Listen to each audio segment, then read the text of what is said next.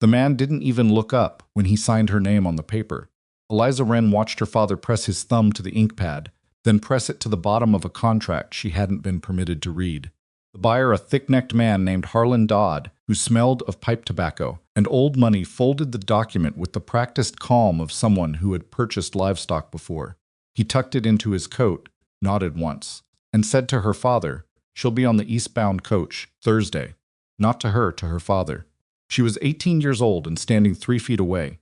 "You'll do fine," her father said afterward, not meeting her eyes. "Caleb Rourke's a decent sort. He just needs someone to keep the house." Someone, not her someone. If you have ever felt invisible in a room full of people who were deciding your life without you, if you have ever watched a door close on the only future you thought you had, then you already know what Eliza felt standing in that parlor in winter of 1894, holding a suitcase she had packed herself because no one else thought to help her. This is her story, and I promise you it does not end the way anyone expected. Before we go further, if this kind of story speaks to you, please subscribe to this channel and follow Eliza's journey all the way to the end. Hit the like button and leave a comment telling me what city or country you're watching from. I want to see how far this story travels. Now let's go back to Thursday.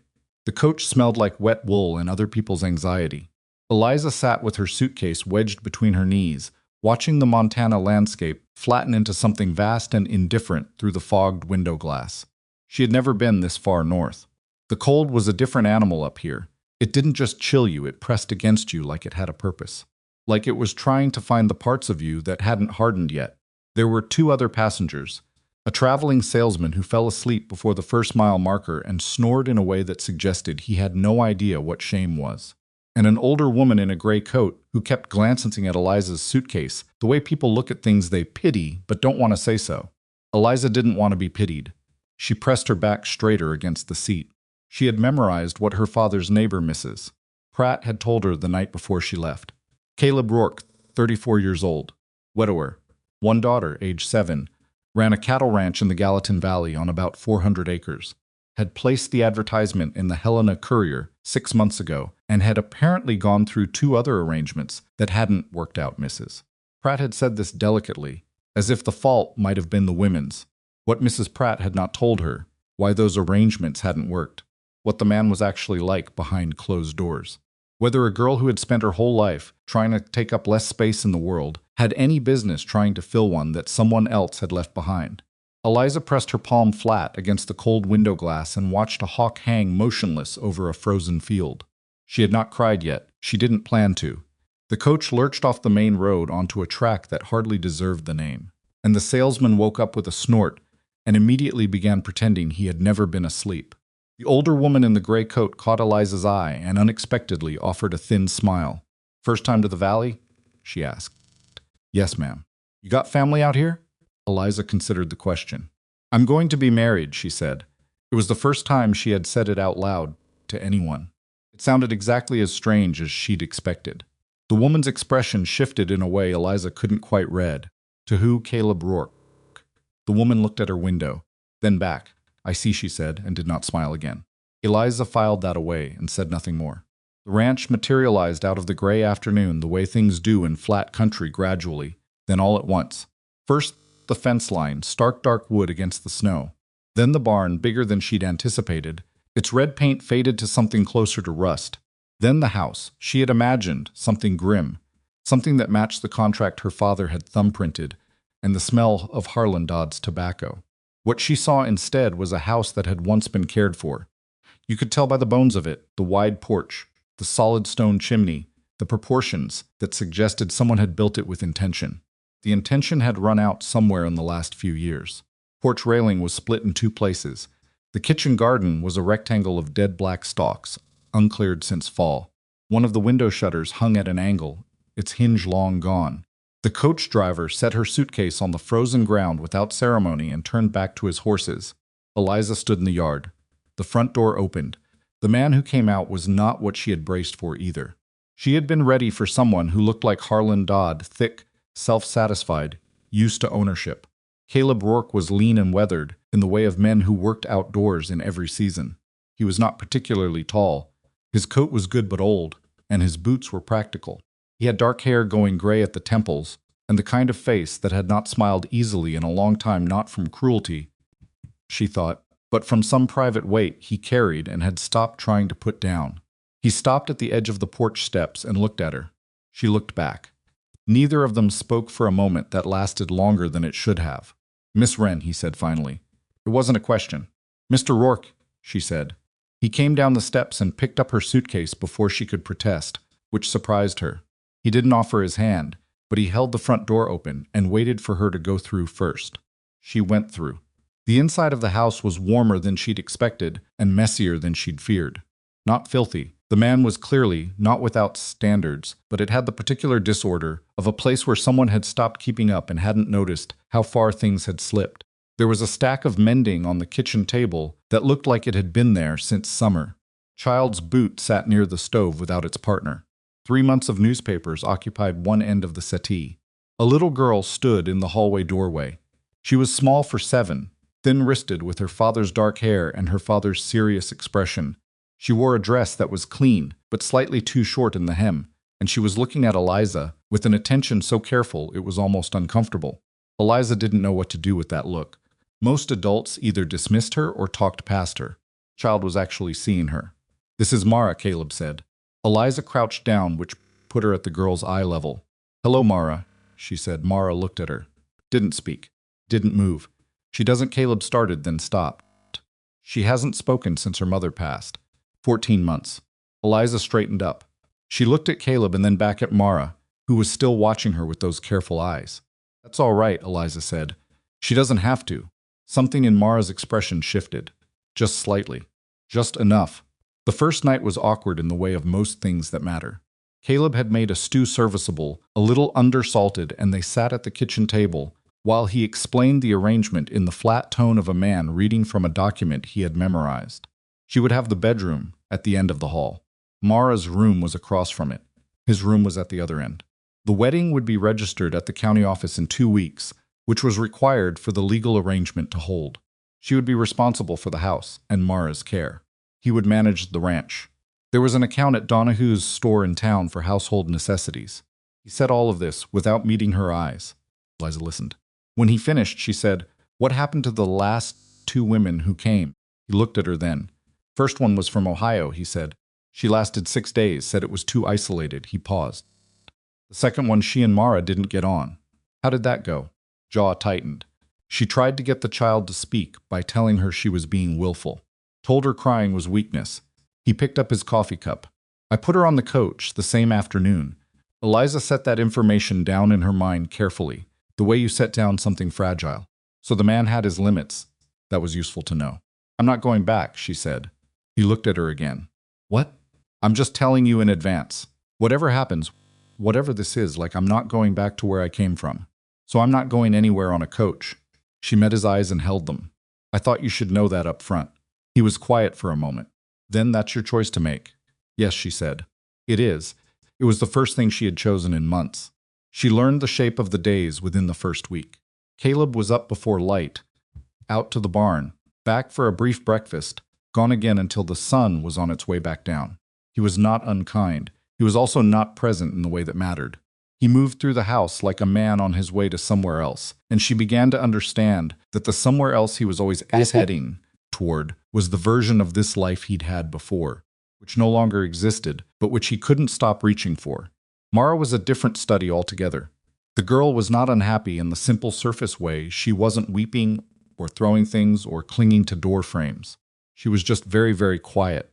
She followed Eliza at a distance of about 6 feet, not close enough to be present, not far enough to be absent. She watched Eliza make the bed, watched her reorganize the kitchen shelves, watched her take down the dead stalks from the kitchen garden window, where they'd been left hanging for some optimistic reason, and bundle them for burning.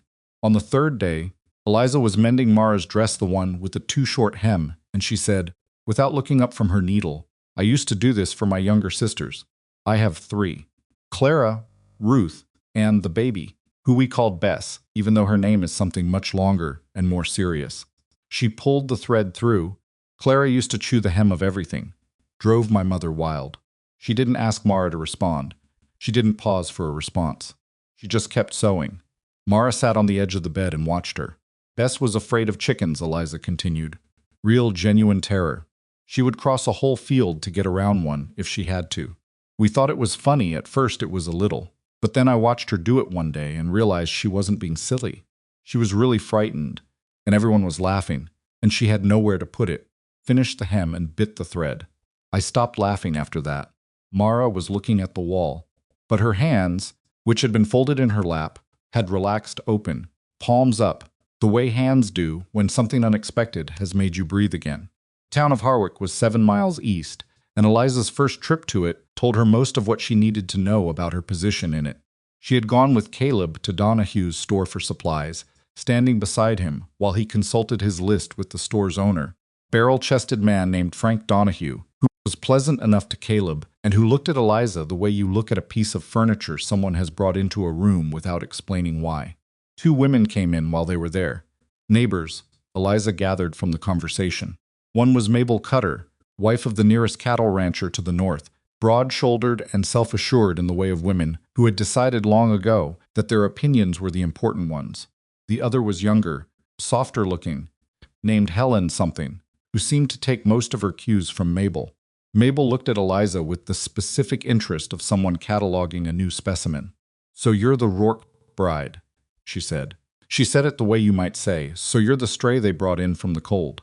"I'm Eliza," Eliza said, and Mabel looked her up and down. "You're younger than I expected.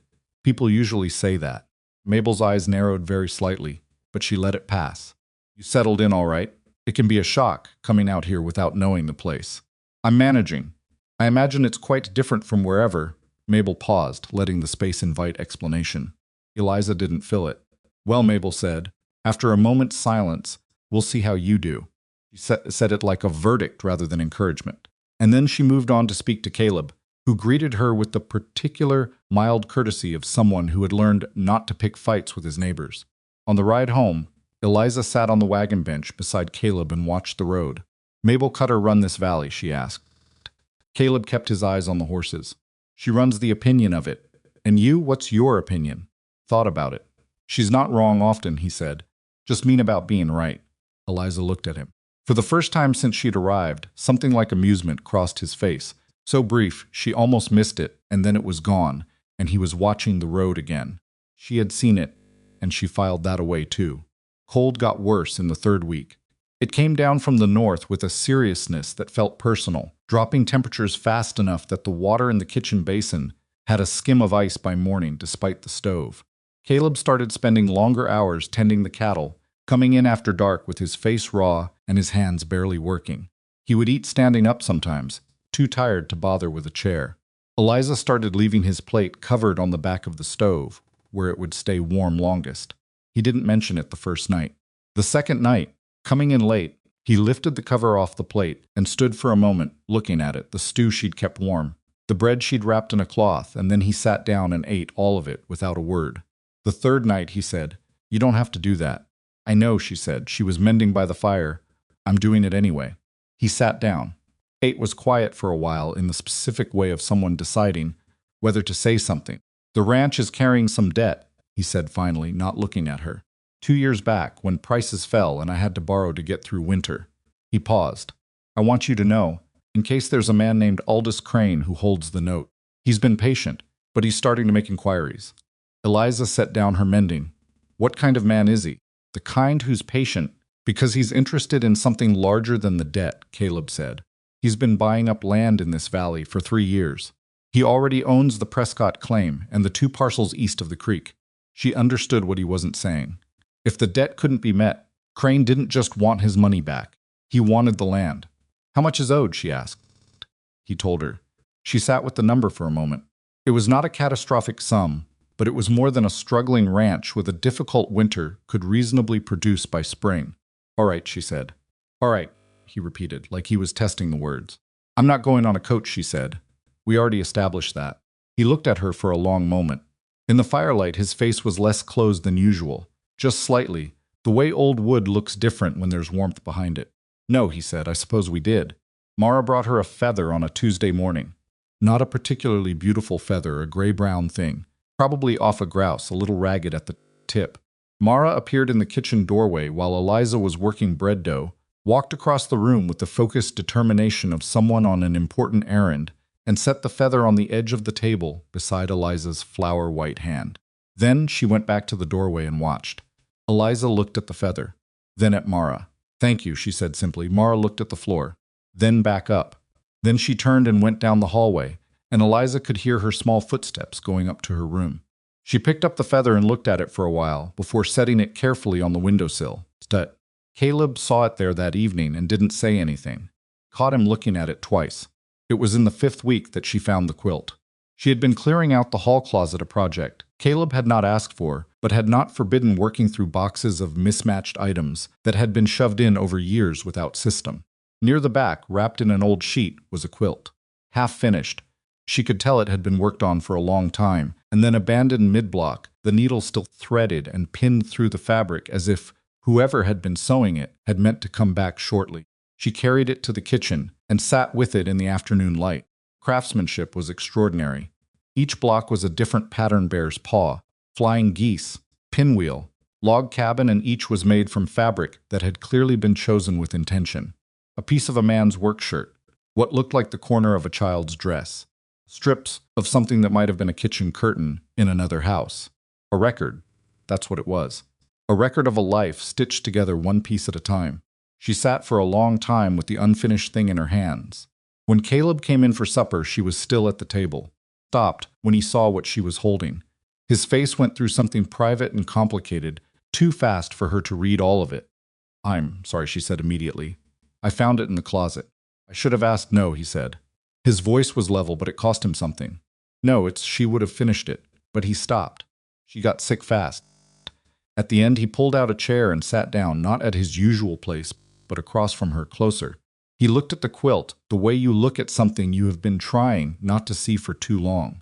"I put it away because Mara found it once and wouldn't stop crying." Eliza sat very still. "I didn't know whether to finish it or leave it," he said. "I don't know how to do any of that." "I do," she said quietly. He looked at her. "If you want it finished," she said, "I know how. I've been doing this kind of work since I was younger than Mara." She held it carefully, the weight of it distributed across her palms. "I'd want to do it right, match what she was doing, honor the work she put in." He was quiet for a long time. "I don't know what she would have wanted," he said. "I think," Eliza said, very carefully, "that anyone who made something like this probably wanted it to be used." He looked at the quilt again, at the half-finished border, the pinned needle, the unfinished edge that was never going to close itself. "Yeah," he said finally. "Yeah, I think that's right." He got up and went to the stove to pour his coffee, and she could see from the set of his shoulders that the conversation was closed, not because he was angry, but because he had reached his limit and needed to be somewhere quieter inside himself for a while. She understood that. She set the quilt down carefully and started supper. Mabel Cutter came to call on a Thursday afternoon in the 6th week. She arrived in her husband's good buggy, driven by their hired man, wearing her best coat and carrying a covered dish, a gesture that looked charitable and was almost certainly reconnaissance. Eliza had been expecting something like this. She let her in, put the coffee on, and set out what there was for a guest, which was not much but was presented as well as she could manage. Mabel sat at the table and looked around the kitchen, in the particular way of women who are performing inspection while pretending to have a conversation. "You've tidied it up some," she said. "It needed doing," Eliza said. Caleb never was much for housekeeping after Clara passed. Mabel said this with a kind of ownership that was probably unconscious, the ownership of someone who had known these people longer. She was a wonderful housekeeper, and a wonderful woman altogether. "We all miss her terribly." "I'm sure," Eliza said. Mabel looked at her over her coffee cup. "It's a hard thing, you know, coming into a house with a history, trying to fit into a shape that's already made." Eliza met her eyes calmly. "I'm not trying to fit any particular shape." "No? I'm trying to do what needs doing," she said. "That's all." Mabel set her cup down. Inspection had shifted into something more direct now, and they both knew it. "I'll be honest with you, Eliza," she said. "People in this valley are," she paused, "uncertain about this arrangement, about whether it's right for Mara, right for Caleb." She folded her hands on the table. "He's a good man, a proud man, in this debt business well. We all know Aldous Crane, we all know what he does." "What does he do?" Eliza asked. "He waits," Mabel said simply. "He's very patient, and then he takes." Eliza looked at her across the table, and in that moment she revised her opinion of Mabel Cutter slightly. The woman was not simply mean about being right. She was right, and she was trying, in her limited and territorial way, to tell Eliza something she thought Eliza needed to know. "Thank you," Eliza said, and she meant it. Mabel looked slightly startled by that, as if she had been prepared for a different response. "Well," she said after a moment, "you seem like a sensible girl." "I try to be," Eliza said. They finished their coffee. Mabel left. And Eliza stood at the kitchen window and watched the buggy go down the road and thought about Aldous Crane, who was patient, and who waited, and who took. She thought about the half-finished quilt still sitting on the end of the kitchen table. She thought about Mara's feather on the windowsill. She thought about a man who was too tired to sit down for supper and who had told her about the debt, not because he had to, but because he had decided for whatever reason, for whatever small private reason of his own, that she deserved to know. Outside, the snow had started again. It came down steadily, without drama, settling over the fences and the yard and the dead stalks of the kitchen garden, with the patience of something that fully intended to stay.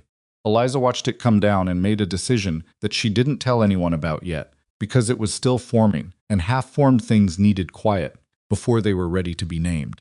But it was there, and it was hers. And she held on to it, the way she had held on to everything she had ever kept for herself carefully with both hands, without letting anyone see how hard she was gripping. The decision Eliza had been holding quietly through the snowfall took its first real shape the following morning, when she went to the closet and brought the unfinished quilt back to the kitchen table and sat down with it before the stove was even fully warm. She didn't start sewing right away. She studied it first, the way you study something you're going to have to be honest with. Clara Rourke had been a precise worker. The stitches were small and even, the kind that take years to develop without thinking about them. Each block was balanced, the colors chosen with a sense of how they would read against each other. This was not decorative work. This was the work of a woman who understood that the things you make outlast you, and who had cared about that. Eliza traced the edge of one of the unfinished blocks with her fingertip, a log cabin pattern, the lights and darks arranged to draw the eye inward. She recognized the fabric in the center square, the same blue-gray wool as the coat hanging on the peg by the front door. Caleb's coat, or an older one like it. She picked up the threaded needle that had been pinned there for over a year, and she began. The work was slow. She wasn't trying to go fast. She was trying to understand what Clara had been doing, not just technically but deliberately, what order she'd been assembling things in, what logic she'd been following when she chose this piece of fabric next to that one. It was like learning someone's handwriting. You had to slow down before you could move with it. Mara appeared in the kitchen doorway at some point between the second and third cup of coffee, wearing her nightgown and her serious expression, and stopped when she saw what Eliza was doing. She stood in the doorway for long enough that her presence shifted from accidental to intentional, and Eliza acknowledged this by pulling out the chair across from her without looking up. Mara came and sat in it. They worked like that, Eliza sewing, Mara watching until Caleb came in from the barn and stopped in the kitchen doorway in almost exactly the same spot his daughter had occupied. Looking at the two of them at the table with an expression, Eliza deliberately did not look up to read. She heard him pour his coffee. She heard him not sit down. Then she heard him go back out, and after a minute she heard the barn door close, and she understood that he'd needed a few minutes alone with whatever that sight had done to him. She sewed 3 more stitches before she let herself feel anything about that. The second week of December came in hard. The temperatures dropped far enough that Caleb started bringing 2 of the older cattle into the barn overnight, which meant longer evening hours for him and shorter ones for sleep. Came to the breakfast table looking like a man who had been using himself up steadily for a long time, without sufficient replacement. He ate what was in front of him, which Eliza had learned to make substantial and hot, and he was usually back outside before she'd finished her own plate. One morning he came in from the barn and stood over the stove for a moment, without sitting down, holding his coffee with both hands, the way you hold something you need the warmth from. "One of the cows is in trouble," he said. "She's been in labor since before light." Eliza looked up from the bread she was shaping. "Do you need help?" He looked at her. "You know anything about cattle?" "Not cattle, specifically," she said. "I've helped with a difficult birth before, on a neighbor's farm. It's not so different. It's quiet for a moment, the kind of quiet that precedes a decision being made." "Get your coat," he said. The barn was warmer than the house, the collective heat of the animals holding against the cold in the close, dark space.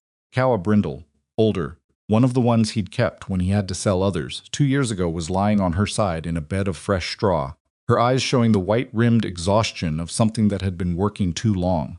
Caleb crouched beside her, and his hands moved over her with a familiarity that had nothing to do with affection and everything to do with years of accumulated knowledge. "She's not positioned right," he said. Calves turned. Eliza took off her coat and rolled up her sleeves in the cold air without being asked. "Tell me what you need." He looked at her again, that assessing look she was starting to recognize, the one he used when she did something that didn't fit his working model of who she was. "Just be here," he said. "And if I tell you to pull, you pull." The next 2 hours were not dignified or easy or pretty. They were cold and difficult, and there were moments when the cow was in real distress, and Caleb's voice went clipped and very focused, and Eliza did what she was told without asking questions. Her hands were numb within 20 minutes, and she tucked them under her arms between instructions and tried to keep them workable. When Caleb finally said pull, she pulled, and she put her whole back into it, and the calf came, wet and steaming and impossibly leggy, into the straw. It didn't move. Caleb cleared its nose and mouth with practiced hands and rubbed it briskly, and for a moment there was nothing.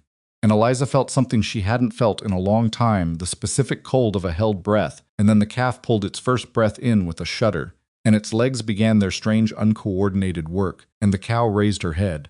Caleb sat back on his heels in the straw and looked at the calf for a moment. Then he looked at Eliza, kneeling across from him, with her hands bloodied and her hair down from its pins, and he said, "You did well." She was aware that it was probably not something he said easily. "You did the work," she said. "Both of us did," he said. He stood up and offered his hand to help her up from the straw, which he did not have to do, and she took it, which she did not have to do either. And for a moment, they stood on either side of the calf that had just decided to be alive, and neither of them said anything. Then he went to get water, and she went to warm her hands, and the morning moved on the way mornings do, without consulting anyone's feelings about it. She had been in Harwick once more, since Mabel Cutter's visit, this time without Caleb, on an errand to Donahue's store for thread and salt. She had walked the 7 miles because Caleb needed the horse, and she needed the independence, and the cold was manageable if you kept moving.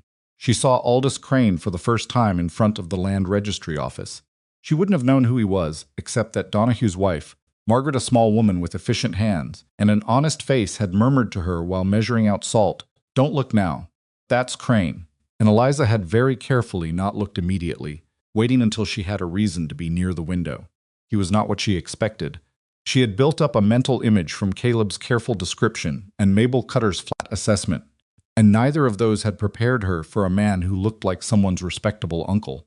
He was perhaps 60, well-dressed in a coat that was not showy but was clearly expensive, with gray hair neatly combed and a composed, thoughtful expression. He was talking to another man outside the registry office, and he was smiling while he talked the comfortable smile of someone who has not been surprised in a long time.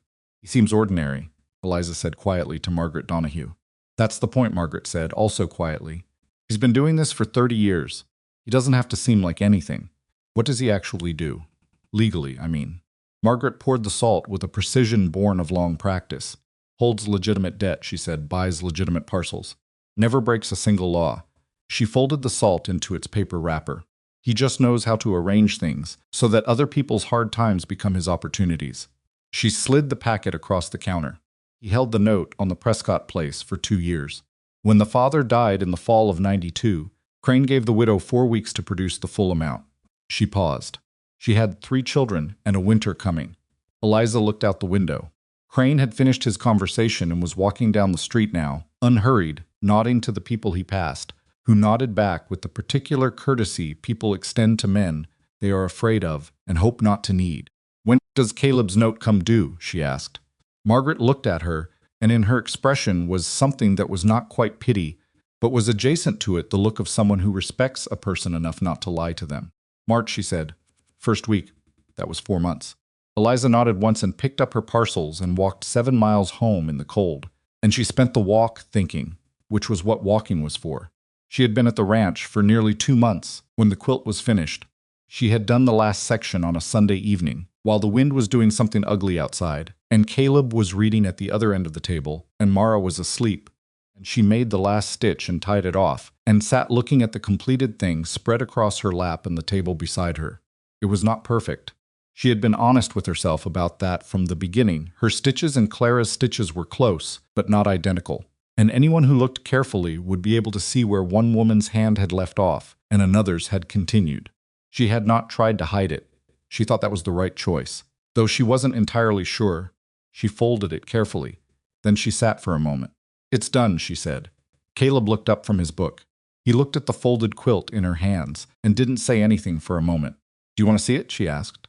He put his book down and came around the table, and she unfolded it on the cleared surface between them. Stood looking at it for a long time. She could see him tracking the blocks, recognizing fabrics, probably, knowing what each piece had been before it became part of this. His face was doing that closed and complicated thing again, but it was not the same as it had been the first times she'd shown him the unfinished quilt. There was something different in it now, something that was on the near side of painful rather than in the middle of it. "You can tell," he said finally, "where you picked it up." "I know," she said. "I didn't try to hide it." He looked at her. "Thought that was better," she said, "to be honest about what it is. Something she started and someone else completed. That doesn't make it less hers." She paused. "It makes it both of ours, which is what it is."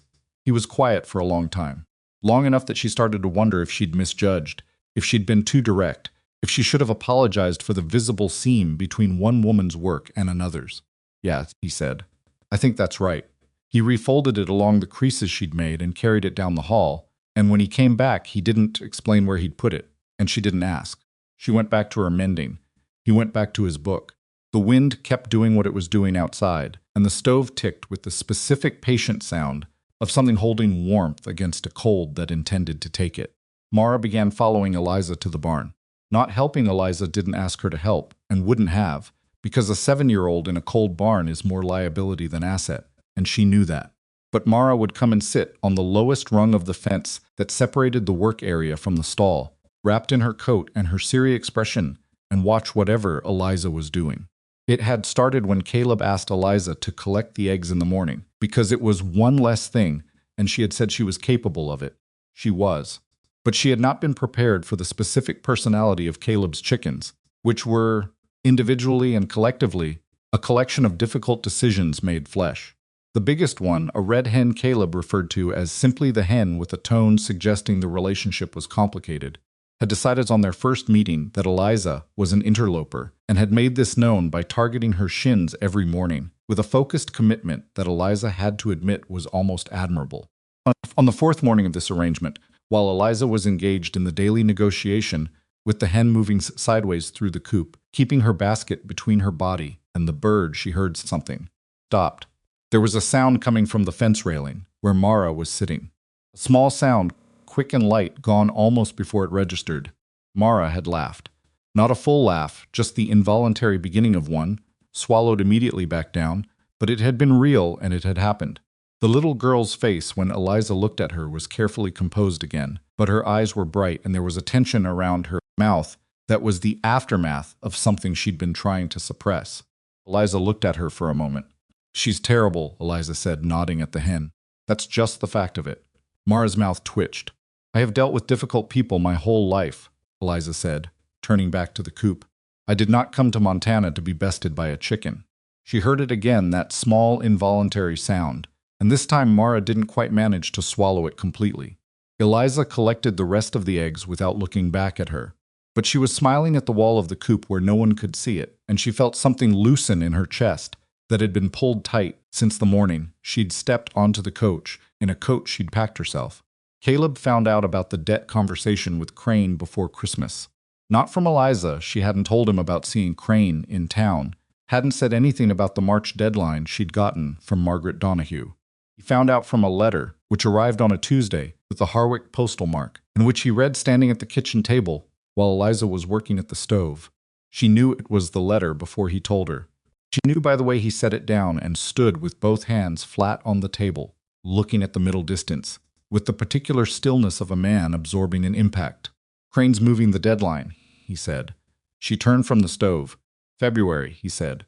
"1st of February." He still wasn't looking at her.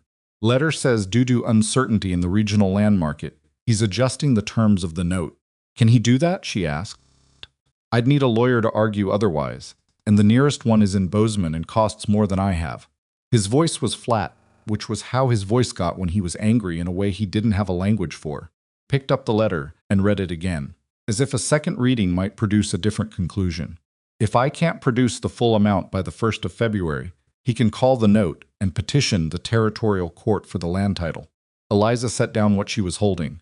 What's the full amount? She did the arithmetic in her head, quickly, against what she knew about the ranch's current situation. What the cattle could bring at winter prices. What he had in the county account she'd seen referenced in the household ledger. The gap was not small. What happens tomorrow? She said. He looked at her then, and she had not meant the question as a blow, but she could see that it landed like one not cruelly, just with precision, because it was the question he hadn't said out loud yet. I don't know, he said. His voice was quiet and careful in the way of a man who is being very deliberate about maintaining it. She has an aunt in Billings. My wife's sister she's offered before. And you? I'd find something. He folded the letter with the mechanical care of someone occupying their hands. I've worked other men's ranches before. I could do it again. Eliza stood in the middle of the kitchen and looked at him, this man who had given her a room and a choice, when he could have given her neither, who had told her about the debt because he thought she deserved to know, who had sat back on his heels in the barn straw and said both of us did, and she felt something clarify inside her, the way things clarify sometimes when the situation stops being hypothetical and becomes actual. We're not losing this ranch, she said. He looked at her. I know I don't have money, she said. I know what I brought here and what I didn't. But I have time, and I have some skills, and I have, she paused, because the next word felt presumptuous, but it was also accurate. I have a stake in this. Whatever happens between us legally, Mara's my responsibility now, too. And this is my home. She said that last word carefully because it was the first time she had claimed it as such, and she meant it to be heard. Before we start talking about Billings and working other men's ranches, let's talk about what we can actually do. Caleb stared at her. Sit down, she said. Let me make coffee. And let's think he sat down. They talked until past midnight. It was the longest conversation they'd had since she'd arrived. Longer by far than anything they'd managed in the first 2 months of practical arrangements and careful distances. Caleb was not a man who talked easily. She had understood that early, but he was a man who, when he decided to be honest, was honest without decoration, and that was its own kind of fluency. He laid out the situation with the specificity of someone who had been carrying it alone and was relieved, in a way he hadn't anticipated, to be carrying it with someone else. The cattle numbers, the current prices, the account balance, the likely timeline, the fact that 2 of the neighboring ranches were in similar situations, not as dire, but not far off. The fact that he had already sold most of what was sellable. Eliza listened with the focused attention of someone who has never had the luxury of not understanding her situation. What do people in the valley actually need? She asked. Not just want, need. He thought about it. What do you mean? I mean, what can't they get easily? What are they doing without that they'd pay for? He leaned back in his chair, considering. Most of what people produce out here is large scale, he said slowly. Cattle, grain, some wool. The small things, preserves, needlework, good winter clothing people mostly make do or go without. There's no one making good quilts in this valley since he stopped. Since Clara, he didn't say. But they both heard it. Since Clara, Eliza said, because someone had to. He looked at the table. Yeah. What about the settlement at Two Forks? She asked. That's 3 hours north. More families. They don't have much either. People without much still need things, she said. Sometimes more than people with plenty, because they can't afford to replace what they don't have. She turned her coffee cup on the table. I can make quilts. Good ones. I've been watching what's needed in this house alone. Quilts. Proper winter coats altered for children. Mended things done well instead of just held together. She looked at him directly. If I can get materials, decent fabric and batting, and if I can get them to people who need them and will pay a fair price, how much of the gap can we close? He was quiet for a while, doing his own arithmetic. Some of it, he said. Maybe a third if you work fast and the prices hold. He paused. That's not all of it. No, she said. What about the cattle? Spring prices will be better than winter, but the deadline's in February. What if you sell 2 of the steers now at winter prices and buy them back in spring once we're through this? He looked at her. That's not how that works. You don't get to buy your cattle back. You do if the person you sell them to is willing to hold them with the understanding that you have first option to repurchase. She met his eyes. Do you trust any of your neighbors enough to propose something like that? He thought for a while. Tom Brightwell, maybe. Over the North Ridge. He's not Crane's kind of man. He's got the room in his pasture. He rubbed the back of his neck. But it's asking a lot. He'd be doing you a favor, she said. What do you have that could be worth a favor to him? Caleb looked at her, and this time the look was different from the previous ones. Not assessing, not guarded, but genuinely uncertain in the way of someone who is recalibrating something fundamental and isn't entirely sure what they're recalibrating it to. Think like this naturally? He said. Just like this? She shrugged. I grew up with very little, and a lot of people depending on what I could figure out, she said. You learn to see the angles. He was quiet for a moment. Outside, something in the eaves shifted under a gust of wind. The neighbor to the south owes me a winter's worth of fence-mending labor, he said. If I call that in, Brightwell might consider it a fair exchange for holding the cattle. Then that's where we start, Eliza said. He nodded slowly. Then why are you doing this?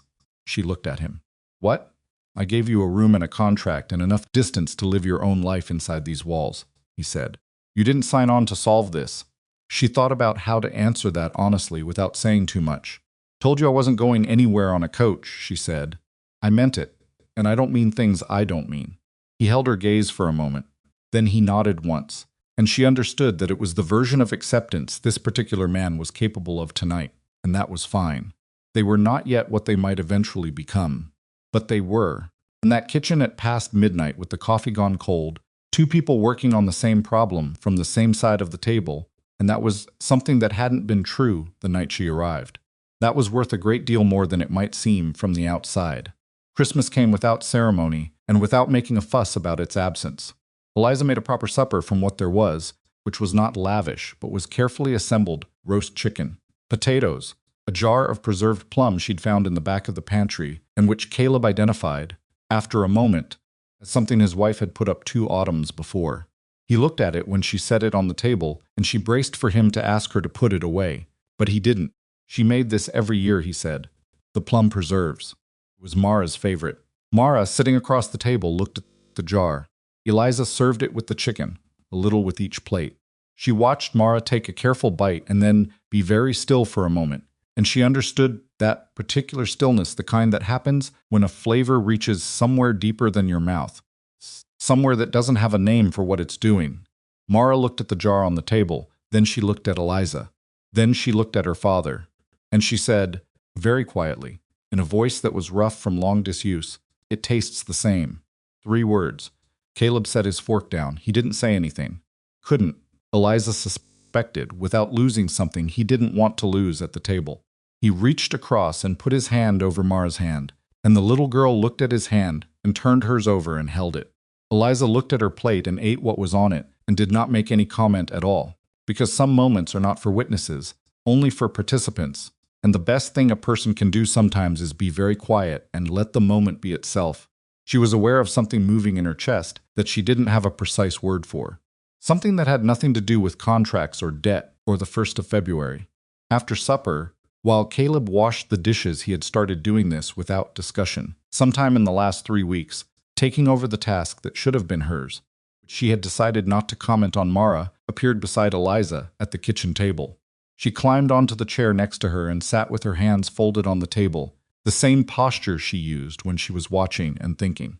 Then she said, still in that rough, careful voice, "Are you going to stay?" Eliza looked at her. At the serious little face, the dark eyes that held more understanding of this particular situation than most adults gave her credit for.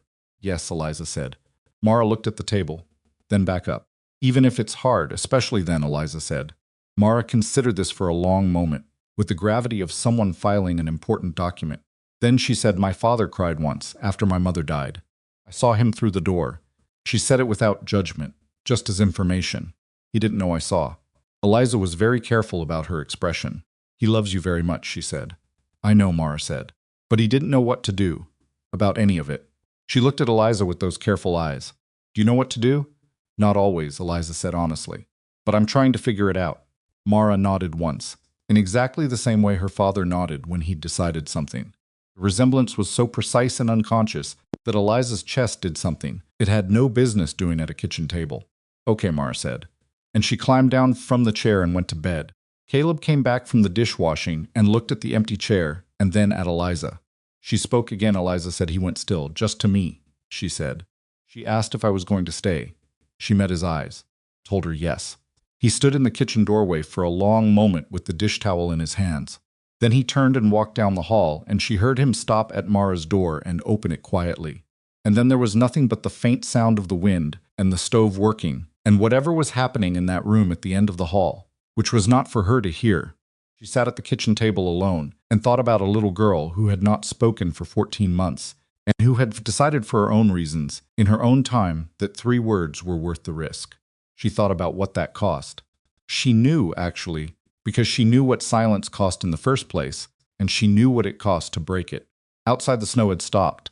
The sky above the valley was clear and brutal, and full of stars in the specific way of winter skies that have stopped bothering with clouds, and the cold pressed against the windows with its permanent intention, and inside the house a man stood at a child's door, and a woman sat alone at a kitchen table, and somewhere in that arithmetic was something that was beginning to look, from certain angles, like a life.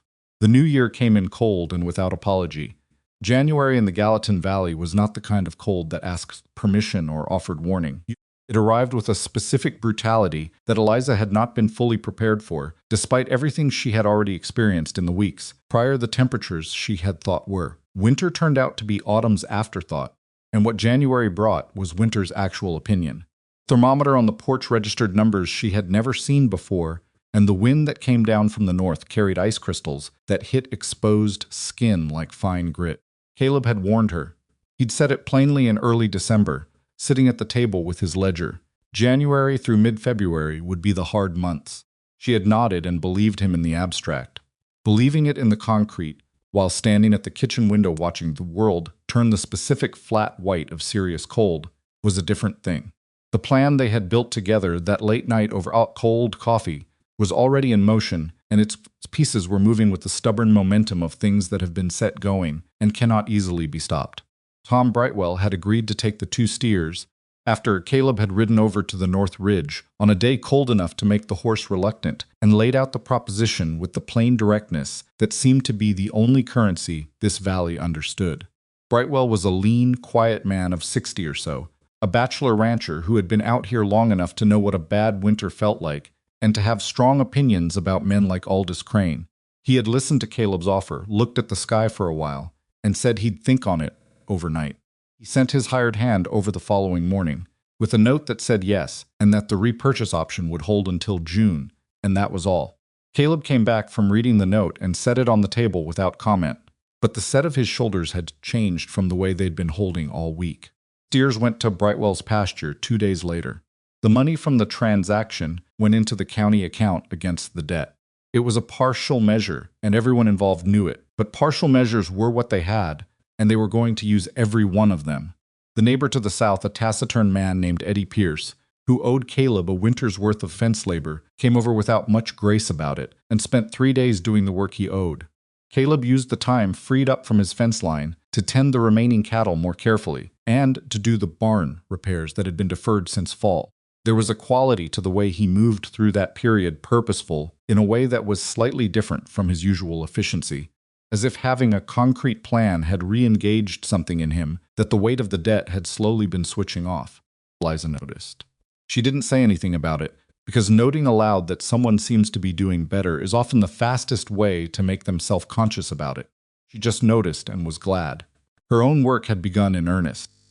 She had set herself up in the corner of the main room near the good window, where the light lasted longest in the short winter days. Her sewing materials were organized on the shelf. Caleb had cleared for her. Without being asked a gesture, she had filed away in the growing account of things he did, that he didn't announce. She had her needles and thread sorted by weight, her scissors, the bone folder she used for pressing seams, and the fabric she'd been accumulating. The fabric was a problem she'd solved through a combination of practicality and what she privately thought of as strategic conversation. Margaret Donahue at the store had been the starting point. Eliza had gone to town twice in the first 2 weeks of January, walking both times because the horse was needed. She had spent time in Donahue's store not just purchasing, but talking the particular kind of talking that is really listening, with occasional questions attached. She had learned that Margaret had several bolts of wool fabric from a wholesale order that had been incorrectly filled the previous spring, colors that had not sold because they were too dark for the curtain and decoration market, but which were entirely sound material. Eliza had proposed an arrangement.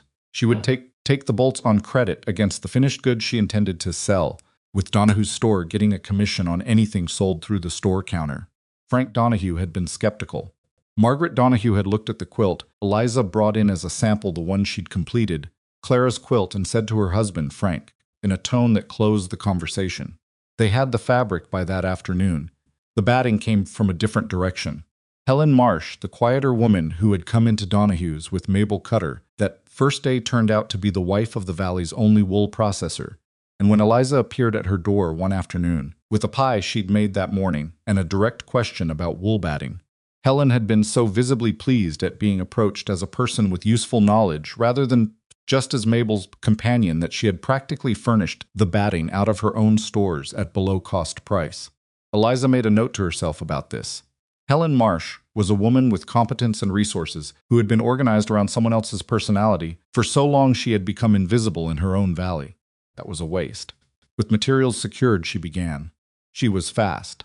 She had always been fast, but she pushed herself harder than she ever had, working from first light until the lamp oil gave out, taking her work to the kitchen table in the evenings where the warmth was better.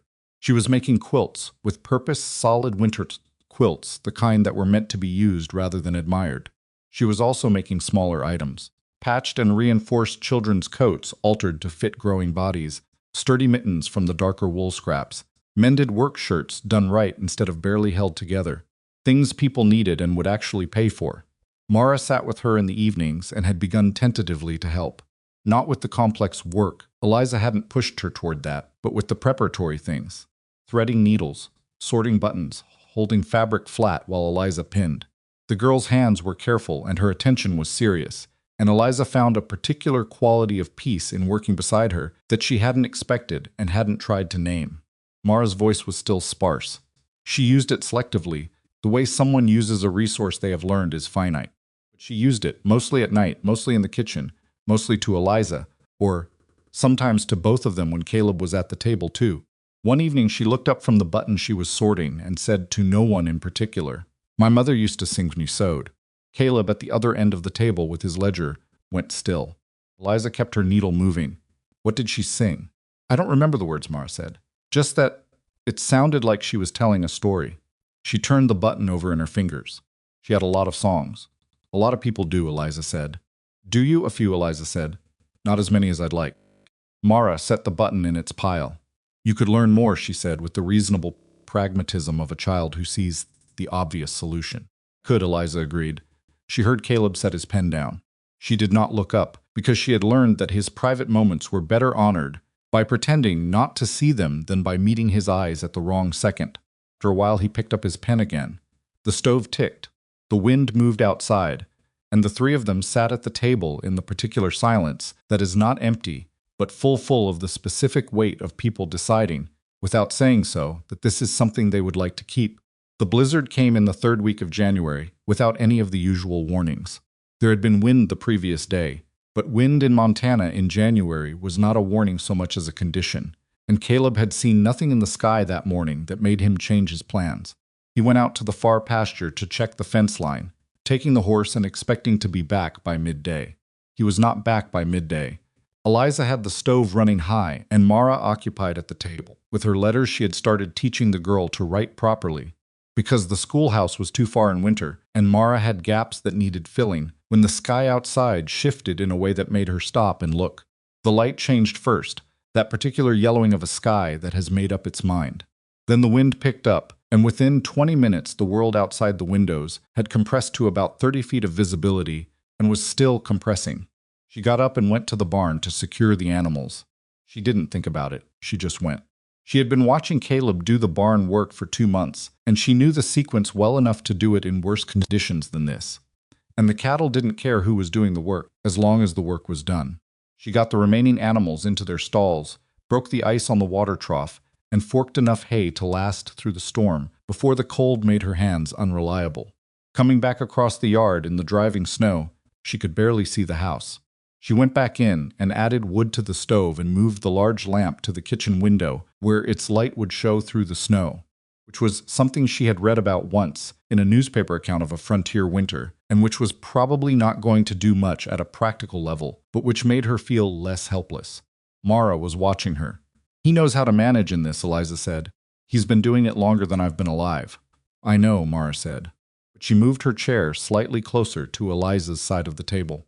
Eliza sat down and took up the quilt she was working on and tried to sew, but her hands were still cold from the barn, and she mostly just held the fabric and listened to the wind make its case against the walls of the house.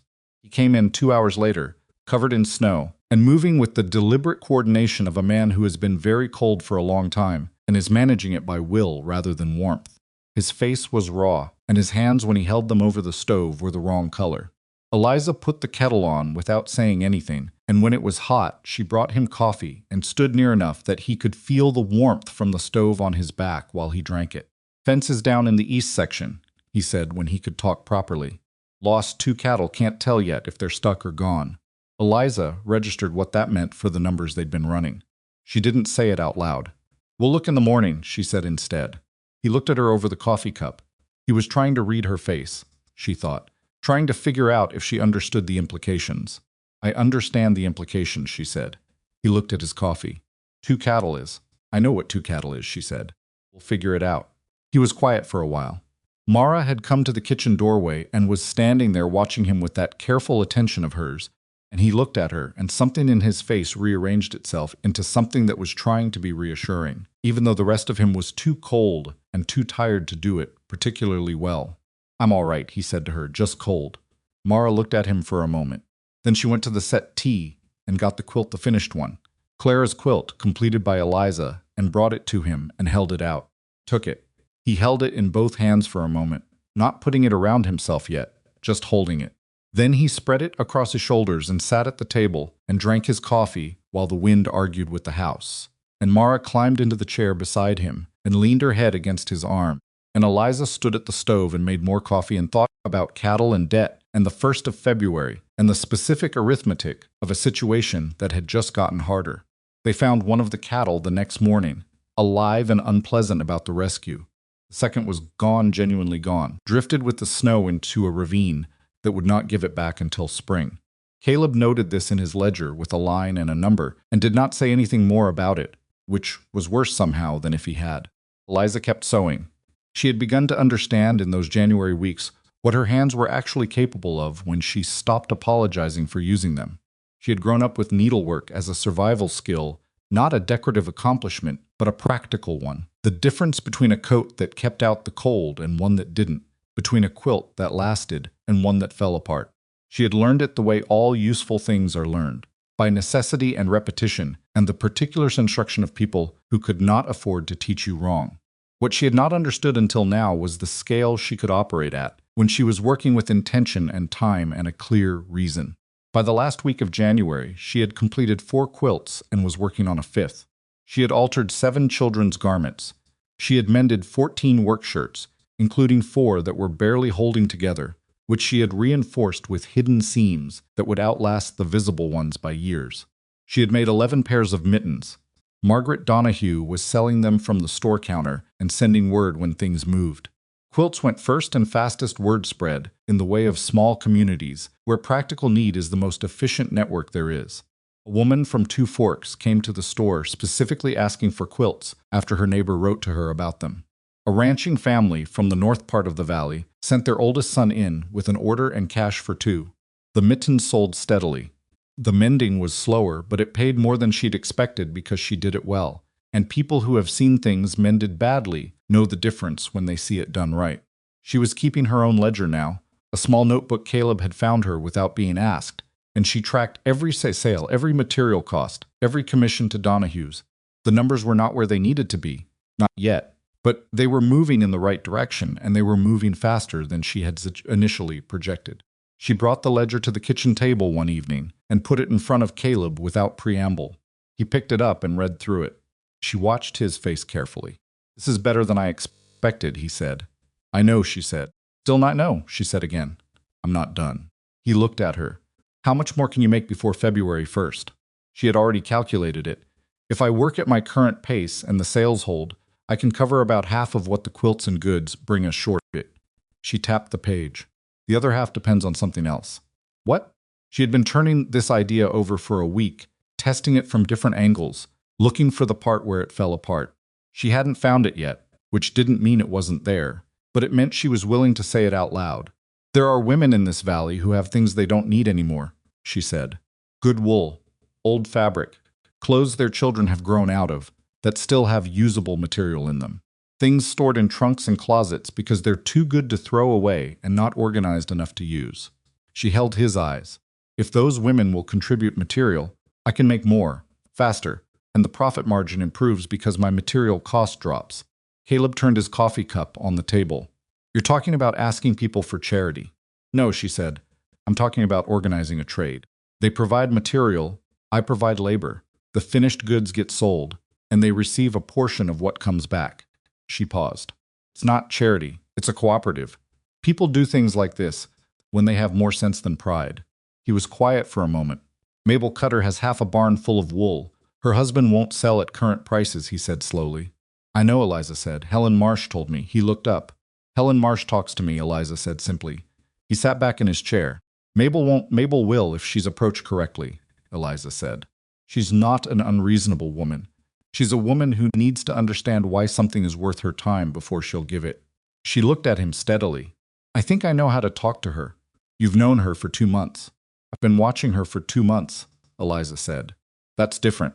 He was quiet for a long time, looking at the ledger, looking at the numbers she'd kept in her careful handwriting. You'd have to go to her, he said finally.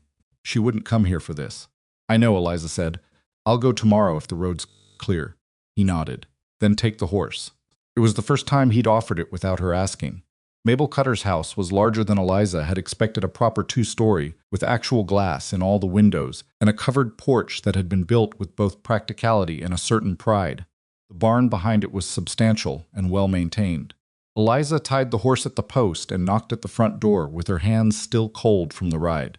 Mabel answered it herself, which somehow surprised Eliza. She had assumed a woman of Mabel's organizational nature would have arranged household help, and her expression when she saw who was at the door went through several adjustments in quick succession before settling on something that was wary but not unwelcoming.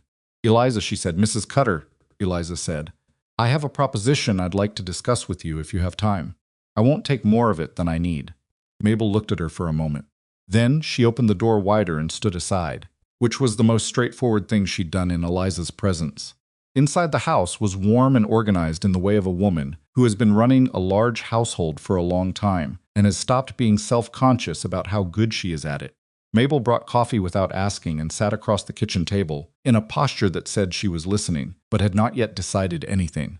Eliza laid it out plainly: the cooperative arrangement, the material for labor exchange, the sales channel through Donahue's store, the rate of return she was projecting based on the past week's actual sales. Mabel listened without interrupting, which Eliza took as a good sign. When she finished, Mabel said, You're trying to save the Rourke Ranch. Yes, Eliza said, and you're asking me to help. I'm proposing a business arrangement that benefits both parties, Eliza said. Whether you choose to see it as help is up to you. Corner of Mabel's mouth moved. Not quite a smile, but something adjacent. You're more direct than I expected, she said. I don't have enough time left to be indirect, Eliza said.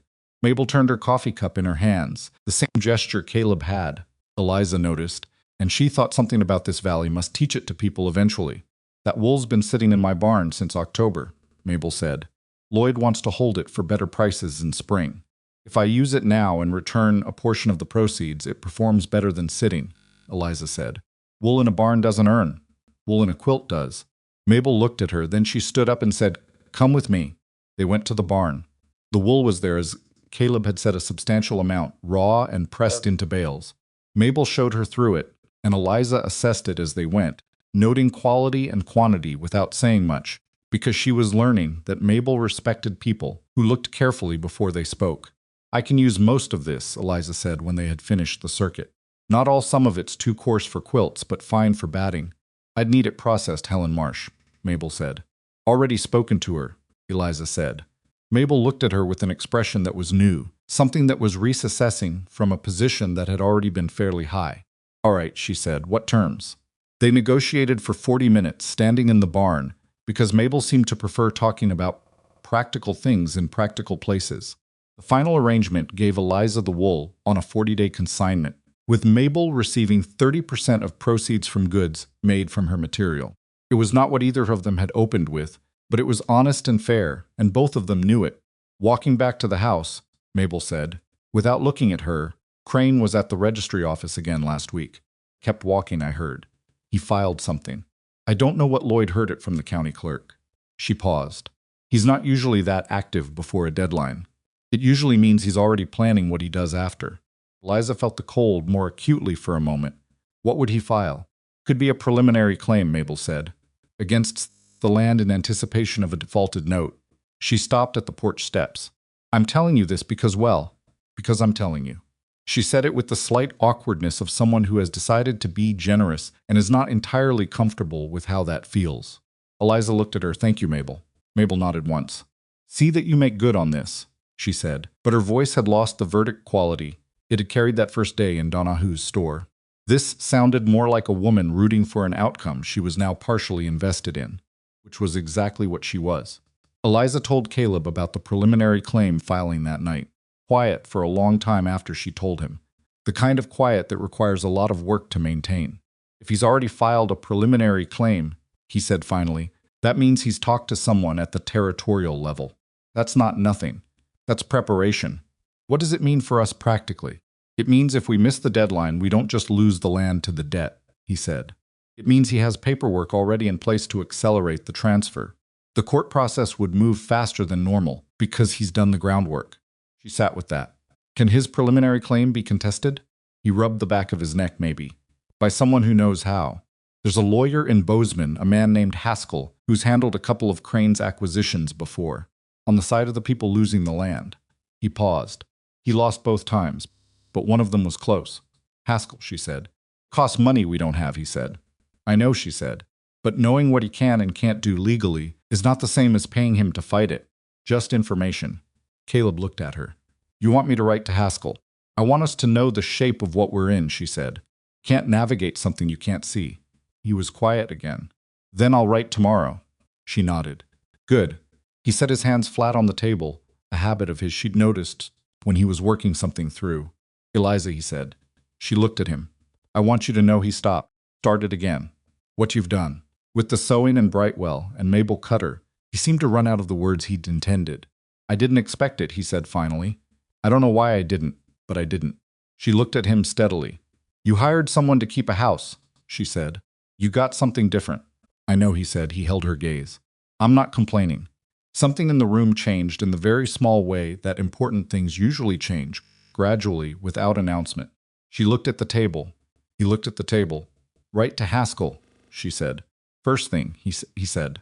The letter to Haskell came back in 9 days faster than either of them had expected, and its contents were both better and worse than anticipated, which was the consistent quality of useful information.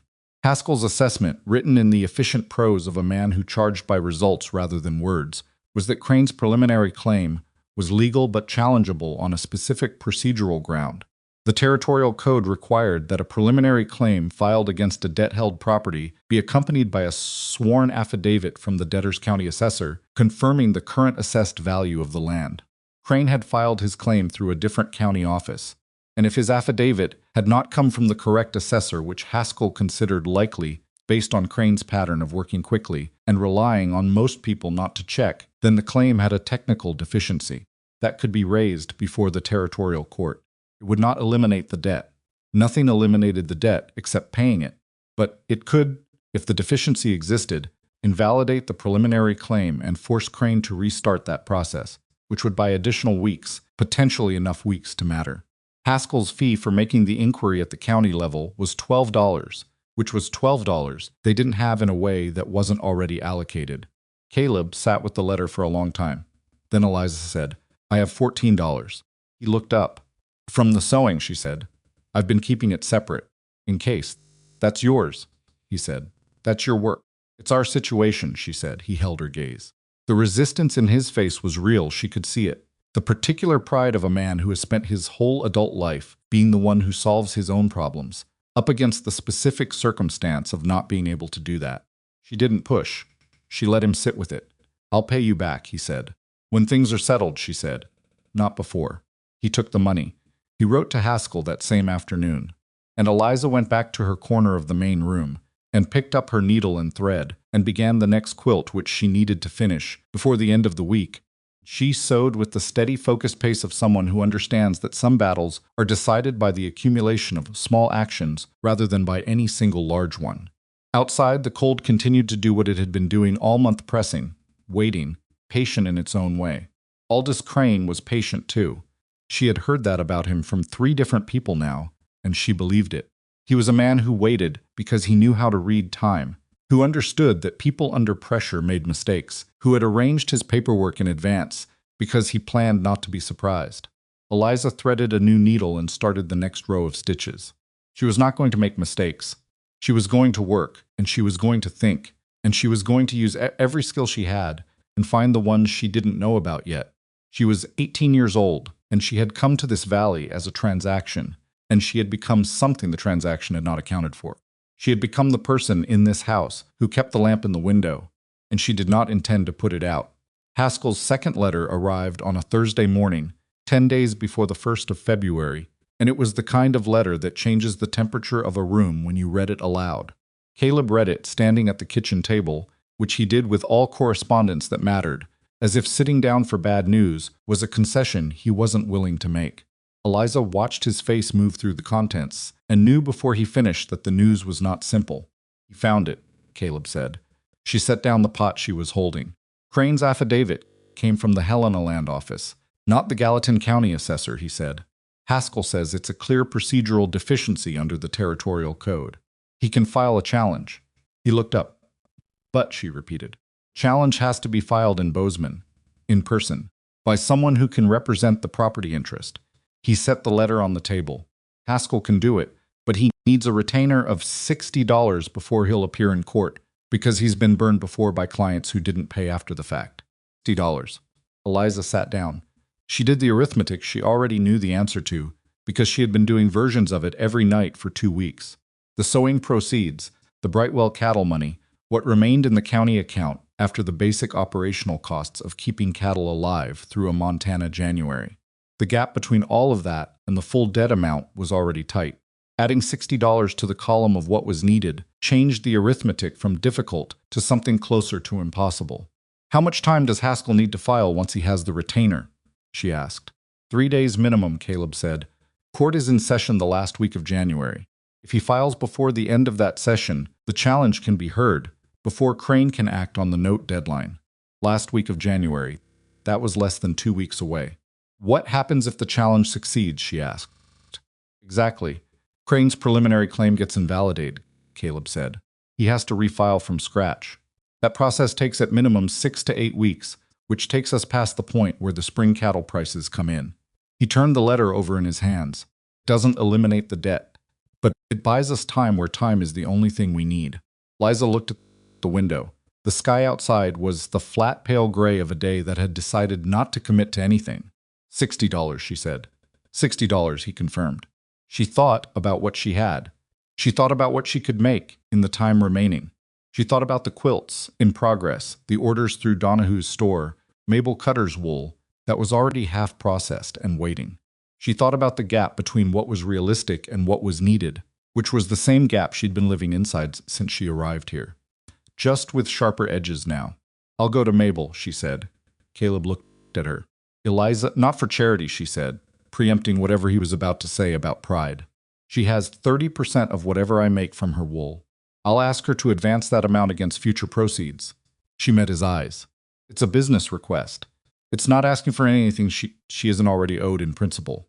He was quiet for a moment. She could say no, she could, Eliza said. I'm going anyway. He held her gaze, and she could see him doing what he did when he was deciding whether to argue, measuring the distance between his instinct and the practical situation, finding that the practical situation had the longer reach. Take the horse, he said. Mabel Cutter was in her kitchen when Eliza arrived, doing the kind of baking that suggested she had been up since before light. The house smelled of bread and rendered fat, and the particular warmth of a kitchen that had been working hard all morning. She looked at Eliza's face when she opened the door and said, without greeting, "What's happened?" It was not a question, Eliza told her. All of it, Haskell's letter. The procedural deficiency, the retainer, the timeline. She laid it out the same way she'd laid out the cooperative proposition 3 weeks earlier, plainly, without softening the edges or inflating the hope. Mabel's listened with the focused attention of a woman who had been managing serious situations for 40 years and knew the difference between a crisis and a catastrophe. When Eliza finished, Mabel turned to her bread dough and began shaping it. She did this for a while without speaking, and Eliza understood that the silence was not dismissal but thinking, and she waited. $60, Mabel said finally. Against the 30% you're already owed from the wool proceeds, Eliza said. I have documentation of every sale. You can see the ledger. I've seen enough of your ledger to know you keep it honestly, Mabel said. She shaped the second loaf and set it to rise. What if the challenge fails? What does Haskell say about the odds? He says 7 in 10 that the deficiency holds, Eliza said. He's been honest about it, not being certain. Mabel wiped her hands on her apron and turned around. Lloyd will have something to say about this. I know. He doesn't like Caleb Rourke particularly, Mabel said. Not as a warning, just as a fact. I know that too, Eliza said. Mabel looked at her. But he likes Aldous Crane less, she said. And he's been watching Crane work this valley for 10 years. She moved to the kitchen window and stood looking out at the yard for a moment. Lloyd lost a friend to Crane 7 years ago. Man named Patterson. Crane held his note through a bad season and took his property the same way he's trying to take Caleb's. Lloyd never quite forgave himself for not doing anything. Eliza waited. He'll grumble, Mabel said. He always grumbles. But he won't say no to this. She turned back from the window. Not if I tell him what it's for. Something loosened in Eliza's chest that had been wound tight since Caleb had read the letter aloud. Thank you, she said. Mabel held up a hand. Don't thank me yet. The money gets paid back from the wool proceeds. First priority, before anything else comes to me. Agreed, Eliza said immediately. And you're going to finish the Larson order by the end of the week, Mabel said. Margaret told me those people have been waiting. I'll finish it tonight, Eliza said. Mabel picked up a dish towel and folded it with the efficiency of someone who considers unnecessary movement a personal affront. You're not what I expected, she said. When Caleb first put out that advertisement, what did you expect? Eliza asked. Someone who'd last 3 months and then go home, Mabel said. The others. She folded the towel once more and set it on the counter. I expected someone who came here because they had no other options and who would leave as soon as a better one presented itself. I didn't have other options, Eliza said. That part was true. No, Mabel said. But you didn't leave. She looked at her steadily. That part I did not expect. She went to the sitting room and came back with $60 in paper currency, counted out with the same precision she brought to everything, and set it on the kitchen table between them. Send Caleb's letter to Haskell today, she said. The postwriter goes through at 3. The letter went out at 2:50. Haskell filed the challenge 4 days later. Caleb received the confirmation by telegram, which required a trip to the Harvick Telegraph office, a small room attached to the back of the hardware store, run by a man named Porter who had the professional demeanor of someone who had delivered enough difficult messages to understand that his job was transmission, not interpretation. The telegram was 11 words. Challenge filed and accepted by court. Hearing set January 28th. January 28th was 4 days away. Caleb stood in the telegraph office holding the paper, and Eliza stood beside him, and she watched him read it twice with the particular expression of a man who has been bracing for impact long enough that the absence of it takes a moment to register. But 4 days, he said. 4 days, she said. He folded the telegram and put it in his coat pocket. He looked at Porter, who was studying the opposite wall, opposite professional discretion. Thank you, Caleb said to him, and they went out into the cold. On the walk to where they'd tied the horse, Caleb said nothing for a while. The main street of Harwick was quiet in the mid-morning. A few bundled figures moving between the store and the post office, the sound of someone's horse stamping at the rail outside the feed store. Cold had a dry quality today that was easier to breathe than the wet cold that had come with the blizzard. Haskell said 7 in 10, Caleb said. He did, she said. That means 3 in 10 it doesn't hold. I know what it means, she said. He looked at her. I'm not being negative. I know you're not, she said. You're being precise. There's a difference. She paused. We've done what we can do about the challenge. Now we focus on the debt itself, because whether the challenge holds or not, the debt still exists. Quiet for a moment. How close are we? She had been running the numbers since that morning, including what Margaret Donahue said came in yesterday from the Two Forks order, and the Larson payment. We're at roughly 60% of what we need. She kept her voice even. The challenge, if it holds, buys us the weeks for the spring cattle prices to come in, which covers most of the rest. Most, he said. Most, she confirmed. There's still a gap that we'd need to cover by some other means before the court would dismiss the case entirely. But that gap is manageable compared to what we were looking at in December. Stopped walking. She stopped beside him. When I wrote that advertisement, he said, not looking at her, looking at the middle distance between the hardware store and the sky, I was trying to solve a specific problem. Someone to keep the house. Someone for Mara. He paused. I wasn't thinking about anything beyond that. She waited. I was wrong about what I needed, he said. He turned and looked at her then, directly in the plain way he had when he was done choosing words carefully. I was looking for someone to fill a gap. And he stopped. Started again. I got someone who looked at the whole situation and decided it was hers to fix. She looked back at him. The cold was doing what it always did, pressing and patient, and the street was quiet around them. I didn't decide it was mine to fix, she said. I decided it was mine. Period. She held his gaze. There's a difference. Quiet for a long moment. Yeah, he said, there is. They stood on that cold street in Harwick, and the moment between them was not resolved into anything neat or declared it simply was, the way certain truths simply are before anyone has found the language for them. Then Eliza turned and untied the horse, and Caleb helped her up to the wagon bench, which he had never done before, and they rode home in a silence that was different from any of the silences they'd shared before it. The hearing on January 28th was something Eliza experienced entirely at a remove. She was not in Bozeman. She could not be in Bozeman. The ranch required constant tending in the cold. The cattle needed their twice-daily care, and Mara needed someone present. Caleb rode out before light on the 27th to make the journey, leaving her with instructions about the animals that she did not need, and which she understood he gave, because giving them was something concrete to do with his anxiety. She watched him go from the porch. The darkness swallowed him and the horse within 50 yards, and she went back inside and started the stove and went to work. The day was one of the longest she had spent in Montana. She did everything that needed doing with the systematic focus of someone who needs to occupy all of their brain so that the part that is afraid doesn't get the floor. She fed the cattle and broke the ice on the trough and did the full barn routine that Caleb usually did himself. She went back inside and sewed for 4 hours without stopping, finishing the last blocks of a quilt that was promised to a family in Two Forks by end of week. She made Mara's lessons go longer than usual, not because there was more to cover, but because structure was a kindness on a day like this, and they both knew it. Mara, for her part, seemed to understand that something important was happening without being told directly. Children raised in houses where adults are careful with their worry develop a finely tuned instrument for reading the temperature of a room, and Mara's was very fine indeed. She did her letters without complaint and ate her lunch quietly, and in the afternoon came to sit near Eliza's sewing corner with her own small project she had started, trying to make a simple patch from scraps, watching Eliza's technique with the focused imitations of a child who has decided to learn something. Will he come back tonight? Mara asked at some point in the afternoon. Tomorrow, Eliza said. The hearing is today, and he'll ride back in the morning. Mara considered this. What if it goes wrong? Eliza looked at her. The girl was not asking for false comfort, she was asking for honest information, which was what she always is for, and which was one of the things Eliza respected about her most. Then we adjust and figure out the next thing, Eliza said. Mara looked at her patch. Do you know what the next thing would be? Not yet, Eliza said. But I'd figure it out. Mara was quiet for a moment. You always say that. Because it's always been true so far, Eliza said. Mara made 2 more stitches in her patch, uneven but intentional. My mother used to say that worrying about what might happen is borrowing trouble, she said.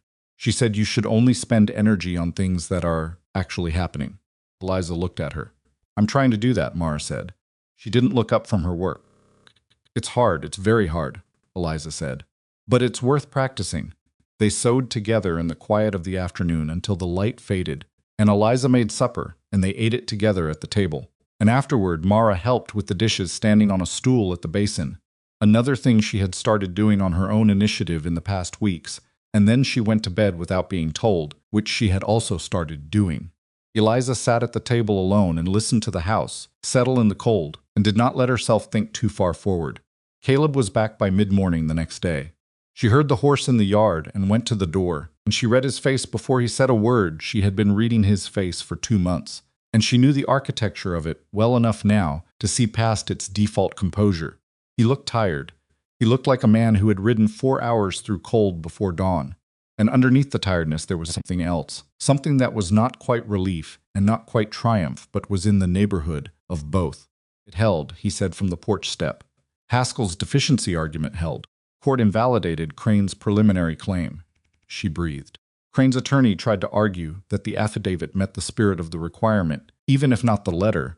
Caleb continued, coming inside and going directly to the stove, but the judge, a man named Whitmore, was not interested in the spirit of the requirement. He said the territorial code was the territorial code and it meant what it said. He held his hands over the warmth. Crane's claim has to be refiled from scratch. Haskell thinks that takes 6 to 8 weeks minimum. Takes us past the spring prices, Eliza said. Takes us past the spring prices, he confirmed. Turned and took the coffee off the back of the stove where she'd been keeping it warm and poured him a cup and set it on the table. And he came and sat down with the specific heaviness of someone whose legs have decided they've done enough. There's more, he said. She looked at him. Haskell met someone in Bozeman, he said. A land attorney from Missoula named Cole, who's been building a case against Crane for 3 years. Federal case, not territorial. He's documenting a pattern of using procedurally deficient preliminary claims in multiple counties, using them to create the appearance of a done deal before the deadline. People lose confidence and give up before they even try to fight. Caleb wrapped his hands around the coffee cup. Our case is the clearest example he's found of the deficiency, because Haskell documented it thoroughly before the hearing. Cole wants to use it as part of his federal filing. Eliza sat down. What does that mean? Haskell says it means Crane's ability to operate this way in Montana may be coming to an end, Caleb said. Cole has cases in 4 counties. Ours makes 5, and it's the one with the cleanest paperwork. He paused. Doesn't help us directly with the debt. The debt is still the debt. But it means Crane can't keep doing what he's been doing, she said. What it means. She sat with that for a moment. She thought about Margaret Donahue saying he just knows how to arrange things so that other people's hard times become his opportunities. She thought about the Prescott widow with 3 children and a winter coming. She thought about Lloyd Cutter's friend Patterson, whose land Crane had taken 7 years ago while Lloyd had done nothing. Fees, she said, for the federal case assistance. Cole's office covers it, Caleb said. Haskell's work for us is done and settled. He looked at her. Which means your $14 and Mabel's $60 are the full cost of what just happened. $74, and a procedural detail that a man named Haskell had found in the territorial code, and an attorney in Missoula who had been building something for 3 years and needed one more clear example to make it solid. That was the shape of what had happened in that Bozeman courtroom. We still have the debt, she said. Not as a damper, just as the next thing to be clear about. We still have the debt, he agreed. The note itself is still valid. Crane can still call it in March when it comes due, but not with an accelerated timeline. Not with an accelerated timeline, he confirmed, and not with the territorial claim already in place. He has to start that process over, which means we have breathing room we didn't have yesterday. Eliza looked at the table. The breathing room. 2 months ago, she had come here with a suitcase and the specific arithmetic of a girl who had been sold to settle a debt. And now she was sitting at this table doing the arithmetic of a different kind of survival, and the numbers were still hard, but they were not impossible. And impossible was the thing they had been most afraid of. Mara will want to know, she said. I'll tell her when she comes in from. He stopped. Where is she? She's in the barn, Eliza said. She's been going out in the mornings on her own. She said the chickens are easier before they've had time to build up opinions for the day. Caleb looked at her. Something crossed his face that was too complicated to name quickly. Something made of grief and wonder, and the specific feeling of watching a child become more themselves right in front of you. She's talking more, he said. Every day a little more, Eliza said. To you, to both of us, she said. She talks to you. You might not always be in the room to hear it, but she talks to me about things she's thinking about you, which is the same. He absorbed this. He was not a man who cried she had never seen it and doubted she would. But there was something in his face just then that was doing some of the same work, pressing against the inside of his composure. I didn't know what I was doing with her, he said quietly. Clara, I thought if I kept things going, kept the ranch running, kept the routines, that eventually she'd find her way back. He looked at his coffee cup. I didn't know how to reach her. And every time I tried, I could feel how wrong I was doing it, but I couldn't figure out the right way. There wasn't a right way that you could do alone, Eliza said. She needed someone else. Grief that big in a child needs witnesses who aren't also grieving. Quiet. You weren't failing her, she said. You were surviving, and you kept her fed and warm and safe while you did it. That's not nothing. That's actually quite a lot. He looked at her. He stopped. You're very matter-of-fact about things that other people would be more. He seemed to search for the word. Gentle about, she offered. Careful about, he said. I grew up in a house where being careful about things meant they didn't get said, she said. I decided a long time ago that honest was better, even when honest is uncomfortable. She paused. Do you want me to be more careful? He held her gaze. No, he said, I don't. The front door opened, and Mara came in, cold-cheeked and carrying 2 eggs she'd apparently decided to bring herself. She had taken over the egg collecting at some point, partly Eliza suspected, because she had also taken a strong personal interest in the specific ongoing conflict between Eliza and the red hen, which she observed with great seriousness. She saw her father at the table and stopped. You're back, she said. I'm back, he said. She set the eggs on the counter with care and came to the table and stood beside him. How did it go? He looked at her with the expression he saved, for when she did something that surprised him, which was happening more often lately. Good, he said. It went good. Mara studied his face with the assessment she brought to everything. Really good or just okay? Really good, he said. Thought about this. Then she climbed into the chair beside him. Her chair, the one she'd claimed in the last weeks, and said, Tell me, he told her. He simplified it appropriately, kept it clear, explained what the challenge had done and what it meant for the ranch. Maris listened with the focused attention she brought to information she had decided mattered, asking 2 precise questions at exactly the right moments. And Eliza sat across the table and did not say much, and watched a father and his daughter talk to each other about something real, without awkwardness, without the careful distance that had been between them when she first arrived. It was not a dramatic thing to witness. It was quiet and practical and ordinary looking. But she knew what it had been before, and she knew what it was now. And the distance between those 2 things was not small. The news moved through Harwick, the way all news moved through small communities faster than anyone meant it to, and in all directions at once. By the following Monday, Eliza could tell when she walked into Donahue's store that people knew something had shifted. Not because anything was said directly. This valley did not work that way, but because the quality of the looks was different. Frank Donahue, who had been professionally neutral about the whole situation since the beginning, shook her hand when she came in, which he had not done before. Helen Marsh, who happened to be at the store counter, touched her arm briefly and said, We heard, in a tone that carried more in 2 words than most people manage in a paragraph. Even the quality of Mabel Cutter's nod, when they passed in the street, was different. Still Mabel.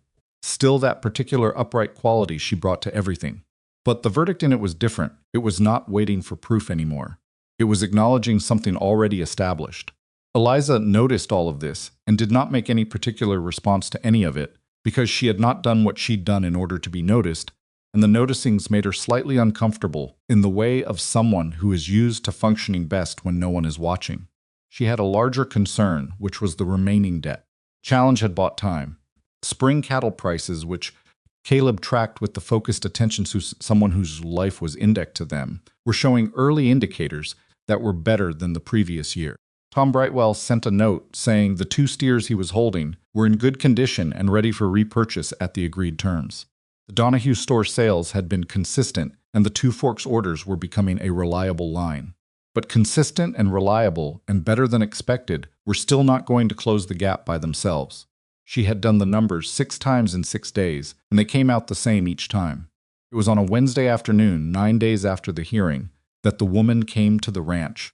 Eliza was in the main room sewing when she heard the horse in the yard. Caleb was out on the pasture checking fence, and Mara was at her letters at the kitchen table.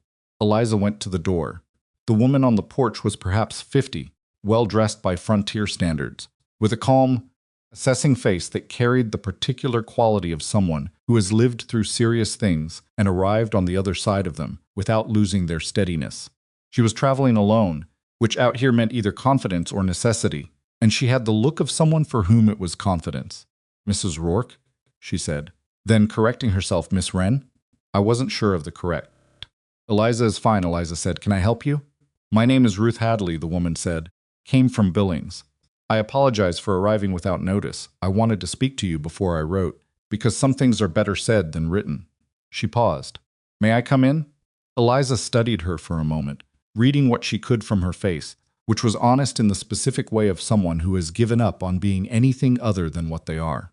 Of course, she said, and stood aside, put on coffee, and brought Mara's lesson to a natural stopping point. The girl looked at the visitor with her careful eyes, and then went down the hall with the instinctive discretion of a child who has learned to read rooms, and sat across the table from Ruth Hadley and waited.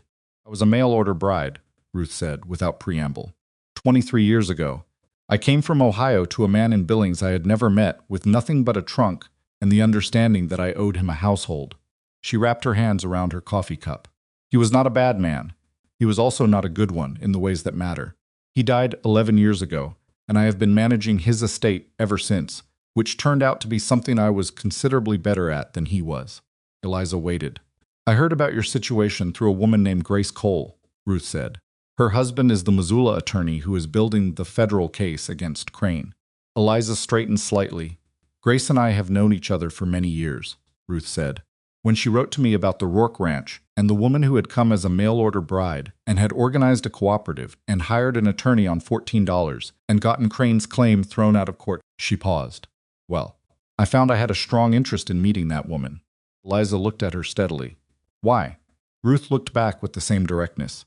Because I was that woman 23 years ago, she said quietly, without the $14 or the cooperative or any of the rest of it. Came here with nothing, into a situation I had not chosen, and I survived it because I could work and I could think, and I refused to disappear. She set her coffee cup down, and in 23 years I have never had the opportunity to help someone who was doing what I wished I had done. The room was very quiet. What kind of help? Eliza said. The debt, Ruth said simply. What remains of it? I spoke to Haskell before I came here. I know the number. She met Eliza's eyes. I'd like to pay it. Eliza sat very still. Not as charity, Ruth said, preempting the exact thing Mabel Cutter had preempted 3 weeks earlier, and Eliza thought there was something in that in women who had learned to preempt the pride of situations before it could get in the way of the practical. As an investment in the federal case against Crane. If his federal case succeeds, and Cole believes it will, with the Rourke filing as exhibit, the precedent it sets will protect properties across 4 counties from the same tactics. She paused. I want to be part of that outcome. This is my way. Eliza looked at her hands on the table. She looked at the window. She looked back at Ruth Hadley, who was 50 and composed, and had been 23 once with a trunk and an obligation, and who had spent 23 years becoming someone who could walk into a stranger's kitchen and offer to change the shape of their life. Caleb needs to hear this, Eliza said. Of course, Ruth said. He may say no. Ruth's expression shifted into something that was almost amused. He may, she said. That's his right. She held Eliza's gaze. But I suspect he listens to you. Eliza was quiet for a moment. He makes his own decisions. I know, Ruth said. But he's been changing, hasn't he? Since you came. It was not a question. Eliza looked at the table, then back up. Yes, she said honestly, he has. Ruth nodded once with the satisfaction of someone confirming something they already knew.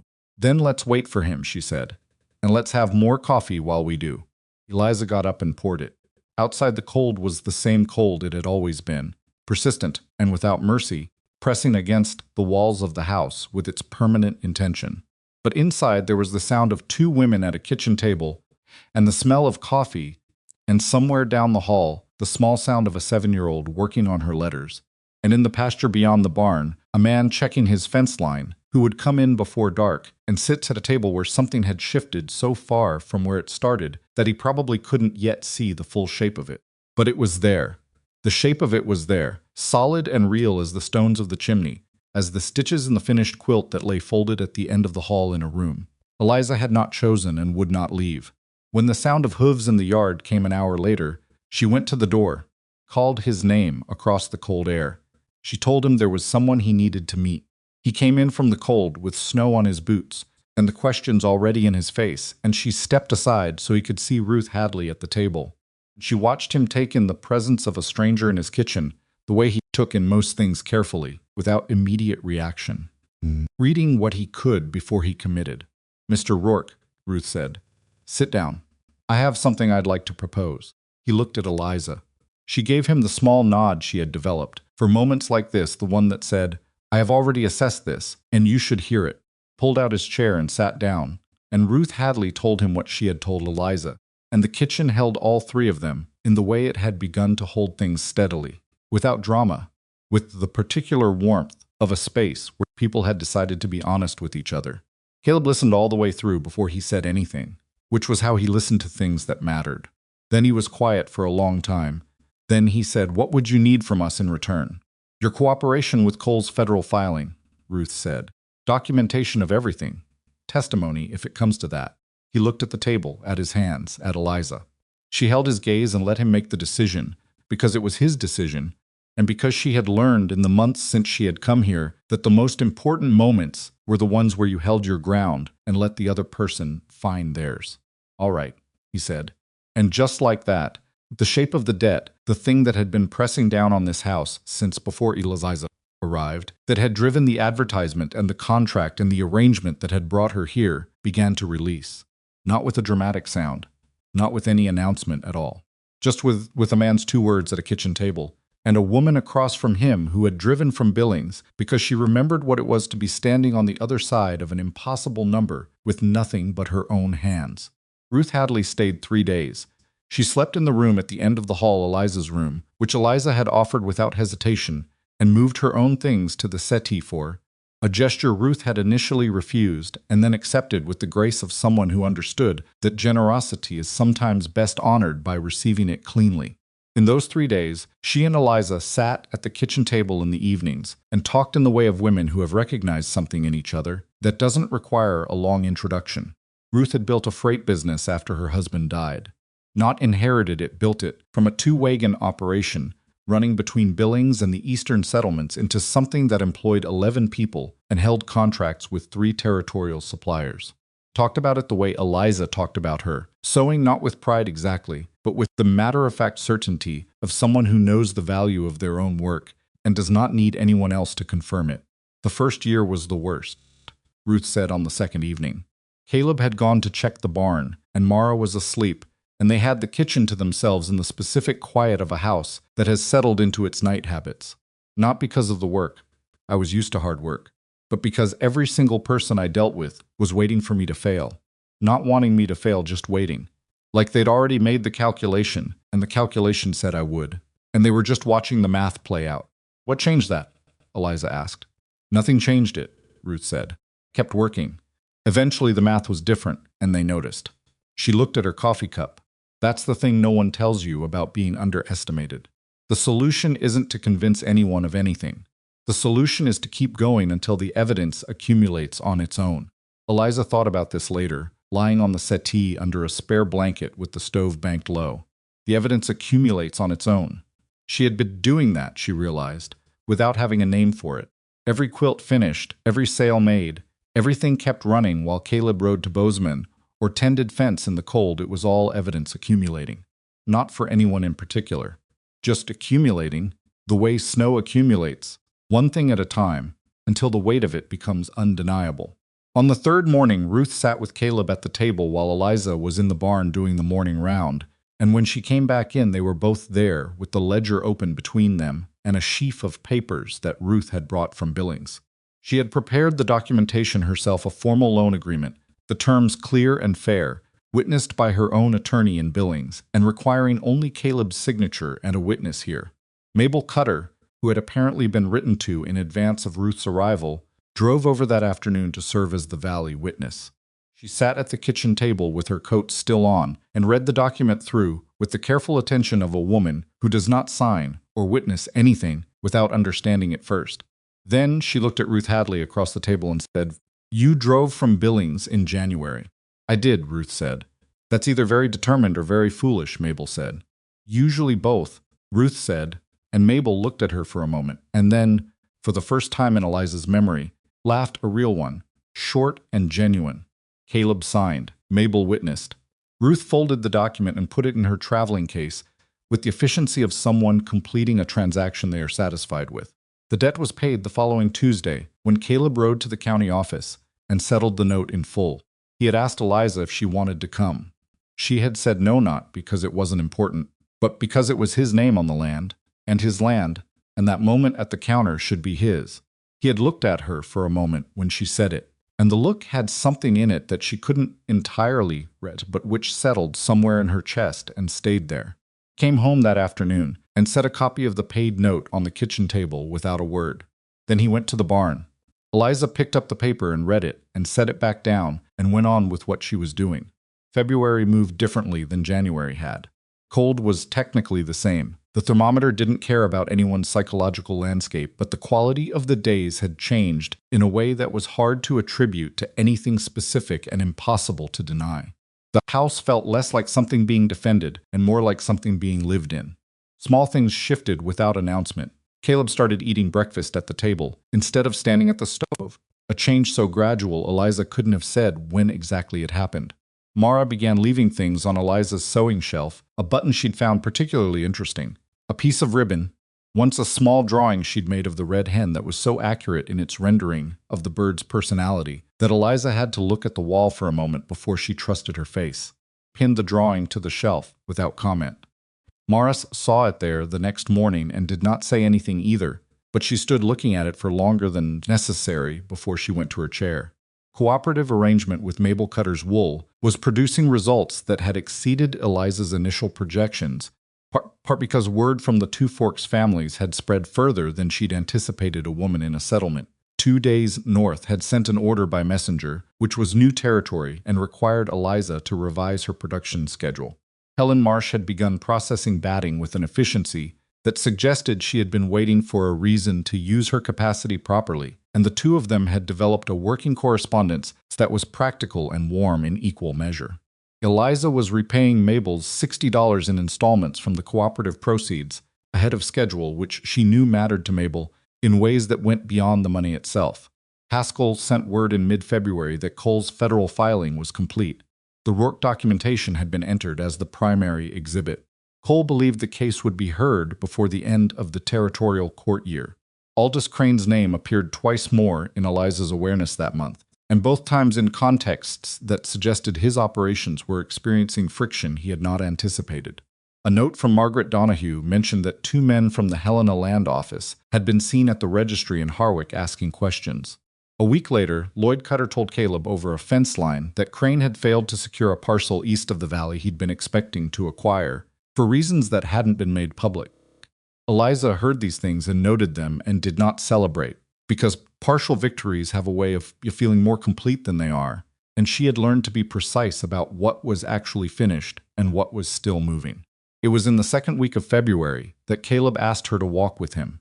Not an unusual request. By itself, they had fallen into the habit of evening walks, when the weather permitted, checking the fence line east of the barn, which was a practical thing that also happened to be one of the places the valley opened up and showed you the sky in full. But something in the way he asked, the slight formality of it, the way he had his coat already on and was waiting at the door, understand. This was not the ordinary thing. Put on her coat. They went out. The evening was cold and clear, the sky in the west still holding the last of the light, in a long band of pale gold that had nothing to do with warmth and everything to do with beauty. The snow on the ground was the settled, hard-packed kind that January leaves behind, not soft anymore, not fresh, but solid and enduring in the way of things that have been through the worst and are still there. They walked east along the fence line without talking for a while, which was comfortable now in a way it hadn't been in the beginning. Silence with Caleb had started as a practical arrangement and become, somewhere in the month since November, something closer to a shared language. He stopped at the point where the fence met the rise, the place where the valley spread out below, and the mountains to the northwest became visible, dark against the fading sky. Stopped beside him. "I want to ask you something," he said. "All right," she said. He was quiet for a moment, looking at the mountains. Then he turned and looked at her, and his face had that quality it got when he had decided to be direct. The closed composure had opened slightly, the way a door opens when someone has decided to use it. "When you came here," he said, "you came on a contract. A legal arrangement. There was a schedule and terms, and it was registered at the county office the way a transaction gets registered." "I know what it was," she said. "I know you do," he said. "I'm saying I know what it was too. And I want to be honest about that before I say anything else, because I think you deserve that. I brought you here as a solution to a problem. That's the truth of it, and I'm not going to dress it up." She looked at him. "I know that's what it was," she said. "I also know what it isn't anymore." Something shifted in his face. "What is it now?" he asked. In your view, she considered that carefully because it deserved carefulness. It's a household, she said. It's Mara. It's the ranch that I helped keep. She paused. Two people who have been honest with each other in a situation that could have gone a dozen different directions and went one instead. She held his gaze. That's what it is. He was quiet for a moment. I'd like it to be a marriage, he said. Not the one on the county register. A different one. He said it plainly. In the same register he used for everything that mattered, not dressed up. Not performed, just stated. One you chose. Not one you were sent to. The valley was very still around them. The last of the light was doing its slow work in the west. She had thought about this. Not in the way of planning or hoping, but in the quiet of nights when the house was settled, and her hands were still, and her mind ran over the shape of things, and this particular shape kept appearing at the edges. She had thought about what it would mean and what she would need it to mean, and she had been honest with herself about both. I'd need it to be equal, she said. Not as a concession. Actually equal. My judgment on the ranch matters. My work matters. What I think about Mara's education and what she needs matters. It already does, he said. I know, she said. I want to make sure we both know it. We both know it, he said. She looked at him. At his face in the fading light, which was tired in the permanent way of a man who works very hard and which had become, in the months she'd been here, one of the most familiar things in her field of vision. She knew the way he set his jaw when he was deciding something. She knew the sound of his boots on the porch stairs. She knew that he put the coffee on, when he got up before her, on the mornings he did, without remarking on it. She knew that he had gone to the barn the afternoon the debt was settled and stayed there for nearly an hour, and she had understood, without being told, that he needed that time alone, with whatever the relief of it felt like. She knew the way he looked at Mara when Mara wasn't watching him, and she knew the way he had looked at her, in the barn on the morning of the difficult birth, in the kitchen at midnight, over a plan they'd built together from nothing, on a Thursday street in Harwick, holding a telegram. Yes, she said. He looked at her. Yes, she said again. Not as a declaration, just as the next true thing, stated plainly, in the same honest register they had always used with each other. Something in his face did a thing she had not seen it do before. Not a smile exactly. Caleb Rourke did not smile easily or often, and she had not expected that to change and would not have wanted it to. But something opened, the way a room opens when someone finally lets in the light they've been keeping out, because they forgot that light was available. He reached out and took her hand. Not dramatically, just took it, the way you take hold of something you intend to keep. Her hand was cold, and so was his, because they were standing in a Montana February on a hill above the valley, which was not a romantic circumstance by any conventional measure, and which was also, she thought, exactly right. They stood there for a while, looking at the mountains and the last of the light. Then he said, we should get back. Mara will have let the stove go down. She always lets the stove go down, Eliza said. She does, he agreed. They walked back in the dark, and their breath made small clouds in the cold air, and the house appeared ahead of them, with its windows lit, and the smoke from the chimney going straight up in the still air, and it looked the way things look when they are yours. Spring came the way it always comes to that valley, slowly, and then all at once the cold retreating by degrees, so gradual. You couldn't mark the day it changed, only look back from a week later and realize something was different. Cattle Tom Brightwell had been holding came back to the Rourke pasture in the first week of March, both steers solid and in good condition.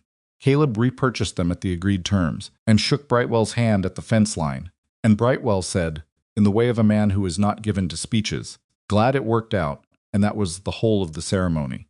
Spring prices came in, and they were better than the year before, not dramatically but sufficiently, which is the margin that matters.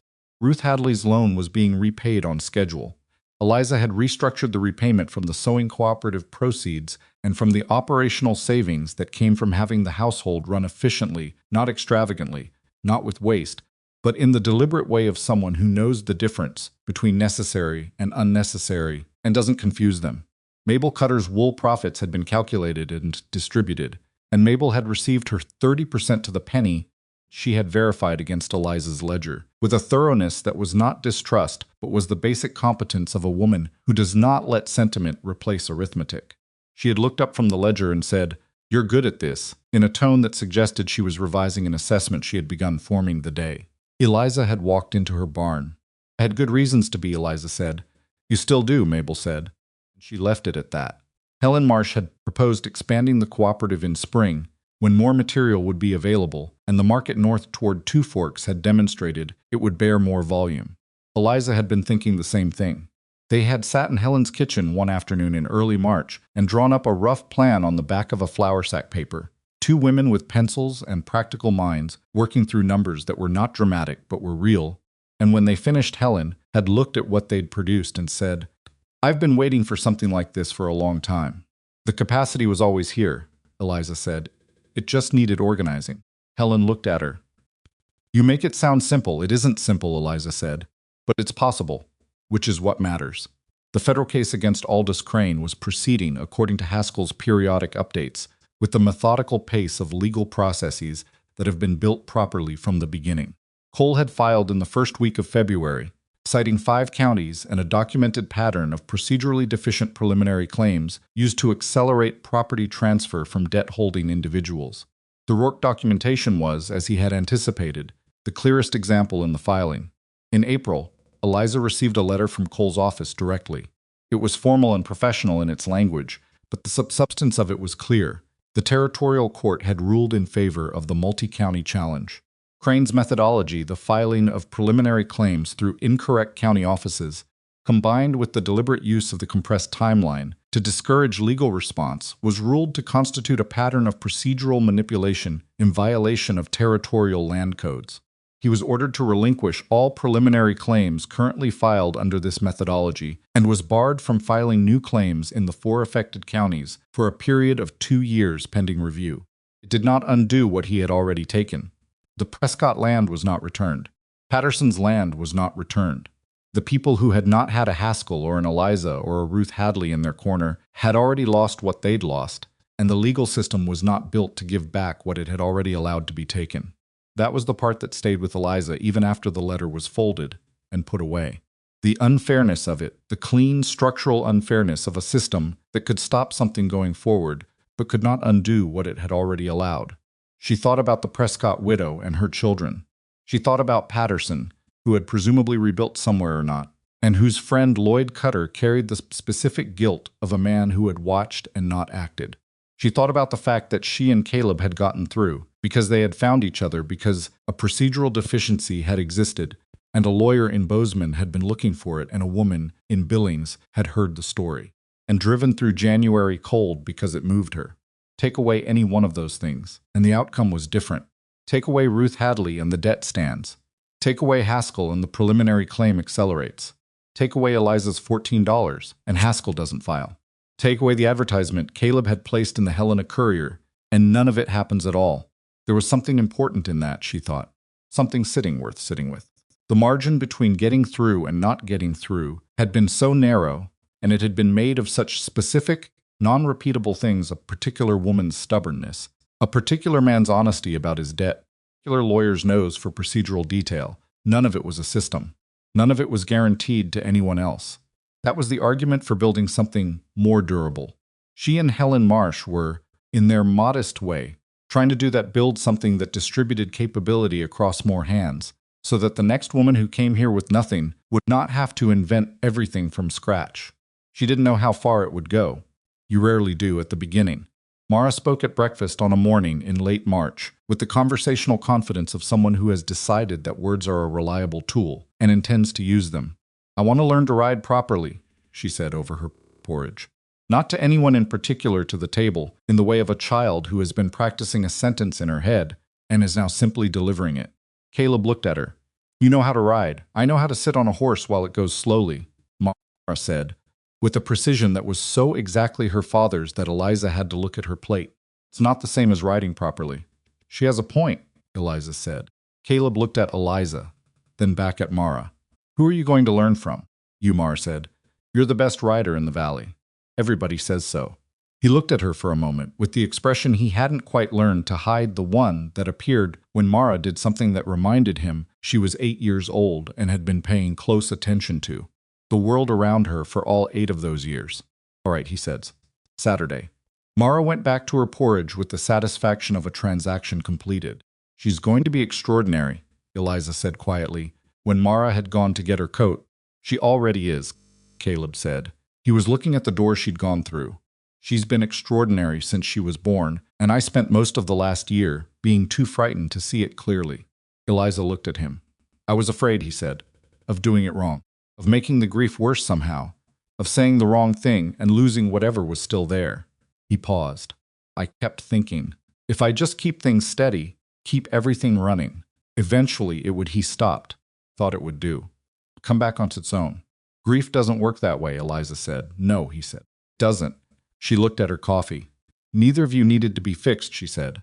"You just needed to not be alone in it." He was quiet for a long time. "You've changed things in this house," he said finally. "I don't think I've said that plainly enough." "You don't have to say it," she said. "I can see what's here now versus what was here in November." "I want to say it," he said, "because I think it should be said." He looked at her across the table in the plain way he had. "You came here with nothing, and you held this place together by working and thinking, and refusing to give up on something that wasn't even yours yet." He paused. "And now it is. Whatever it is, it's yours. That's not me giving you something.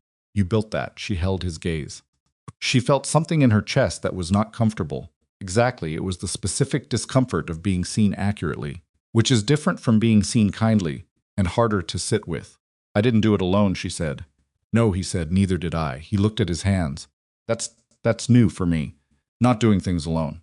He said it without self-pity, just as an honest observation about his own nature and how it was changing. "Clara and she was good at this, better than I was. But she ran her part and I ran mine, and they didn't overlap much." He turned his cup on the table. "This is different. Is that all right?" she asked.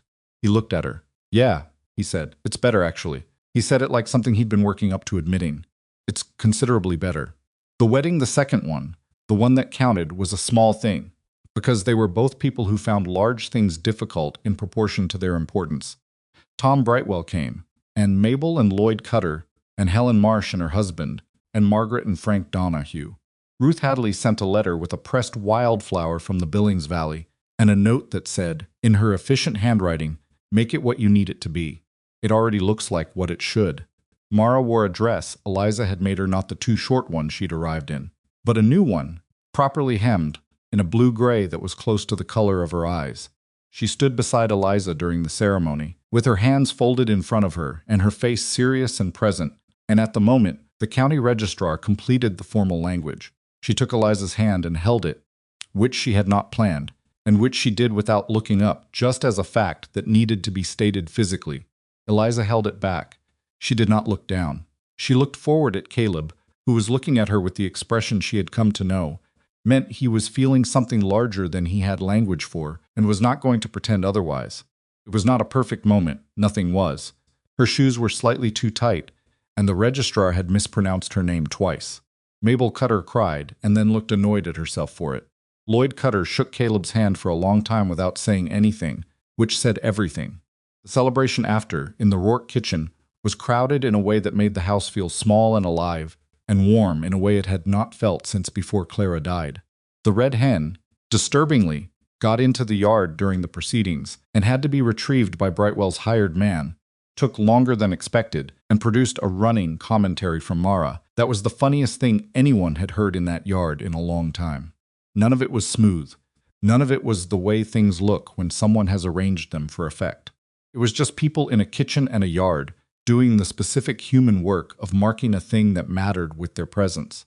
There is something worth saying about what Eliza Wren became in that valley, and it is not a simple thing to say. She did not save anyone. That is the first and most important clarity. Caleb was not a man who needed saving. He was a man who needed a different kind of help than he knew how to ask for, which is not the same thing. Mara was not broken. She was a child who had been through something enormous and who needed time and witness and someone who would stay. The ranch was not a lost cause. It was a difficult situation that required specific practical skills applied with consistency over time. What Eliza brought was not rescue, it was competence and stubbornness. And the specific kind of courage that is not dramatic, that does not announce itself, that consists mostly of picking up the needle and making the next stitch and the one after that when every reasonable person would have put it down. She had come to Montana as a transaction. She had been given a contract and a room and a man's measured courtesy, and she had taken all of that and built something out of it that the contract had not specified and the room had not anticipated. Not because she was exceptional in any obvious way. Because she was present. Because she stayed.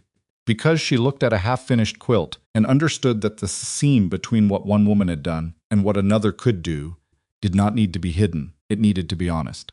That is, when you reduce it down, the whole of it. Be honest about the seam. Don't pretend the two hands are one hand. Don't erase what was there before, and don't apologize for what you bring now. Let it be both, and let it be whole, and keep working.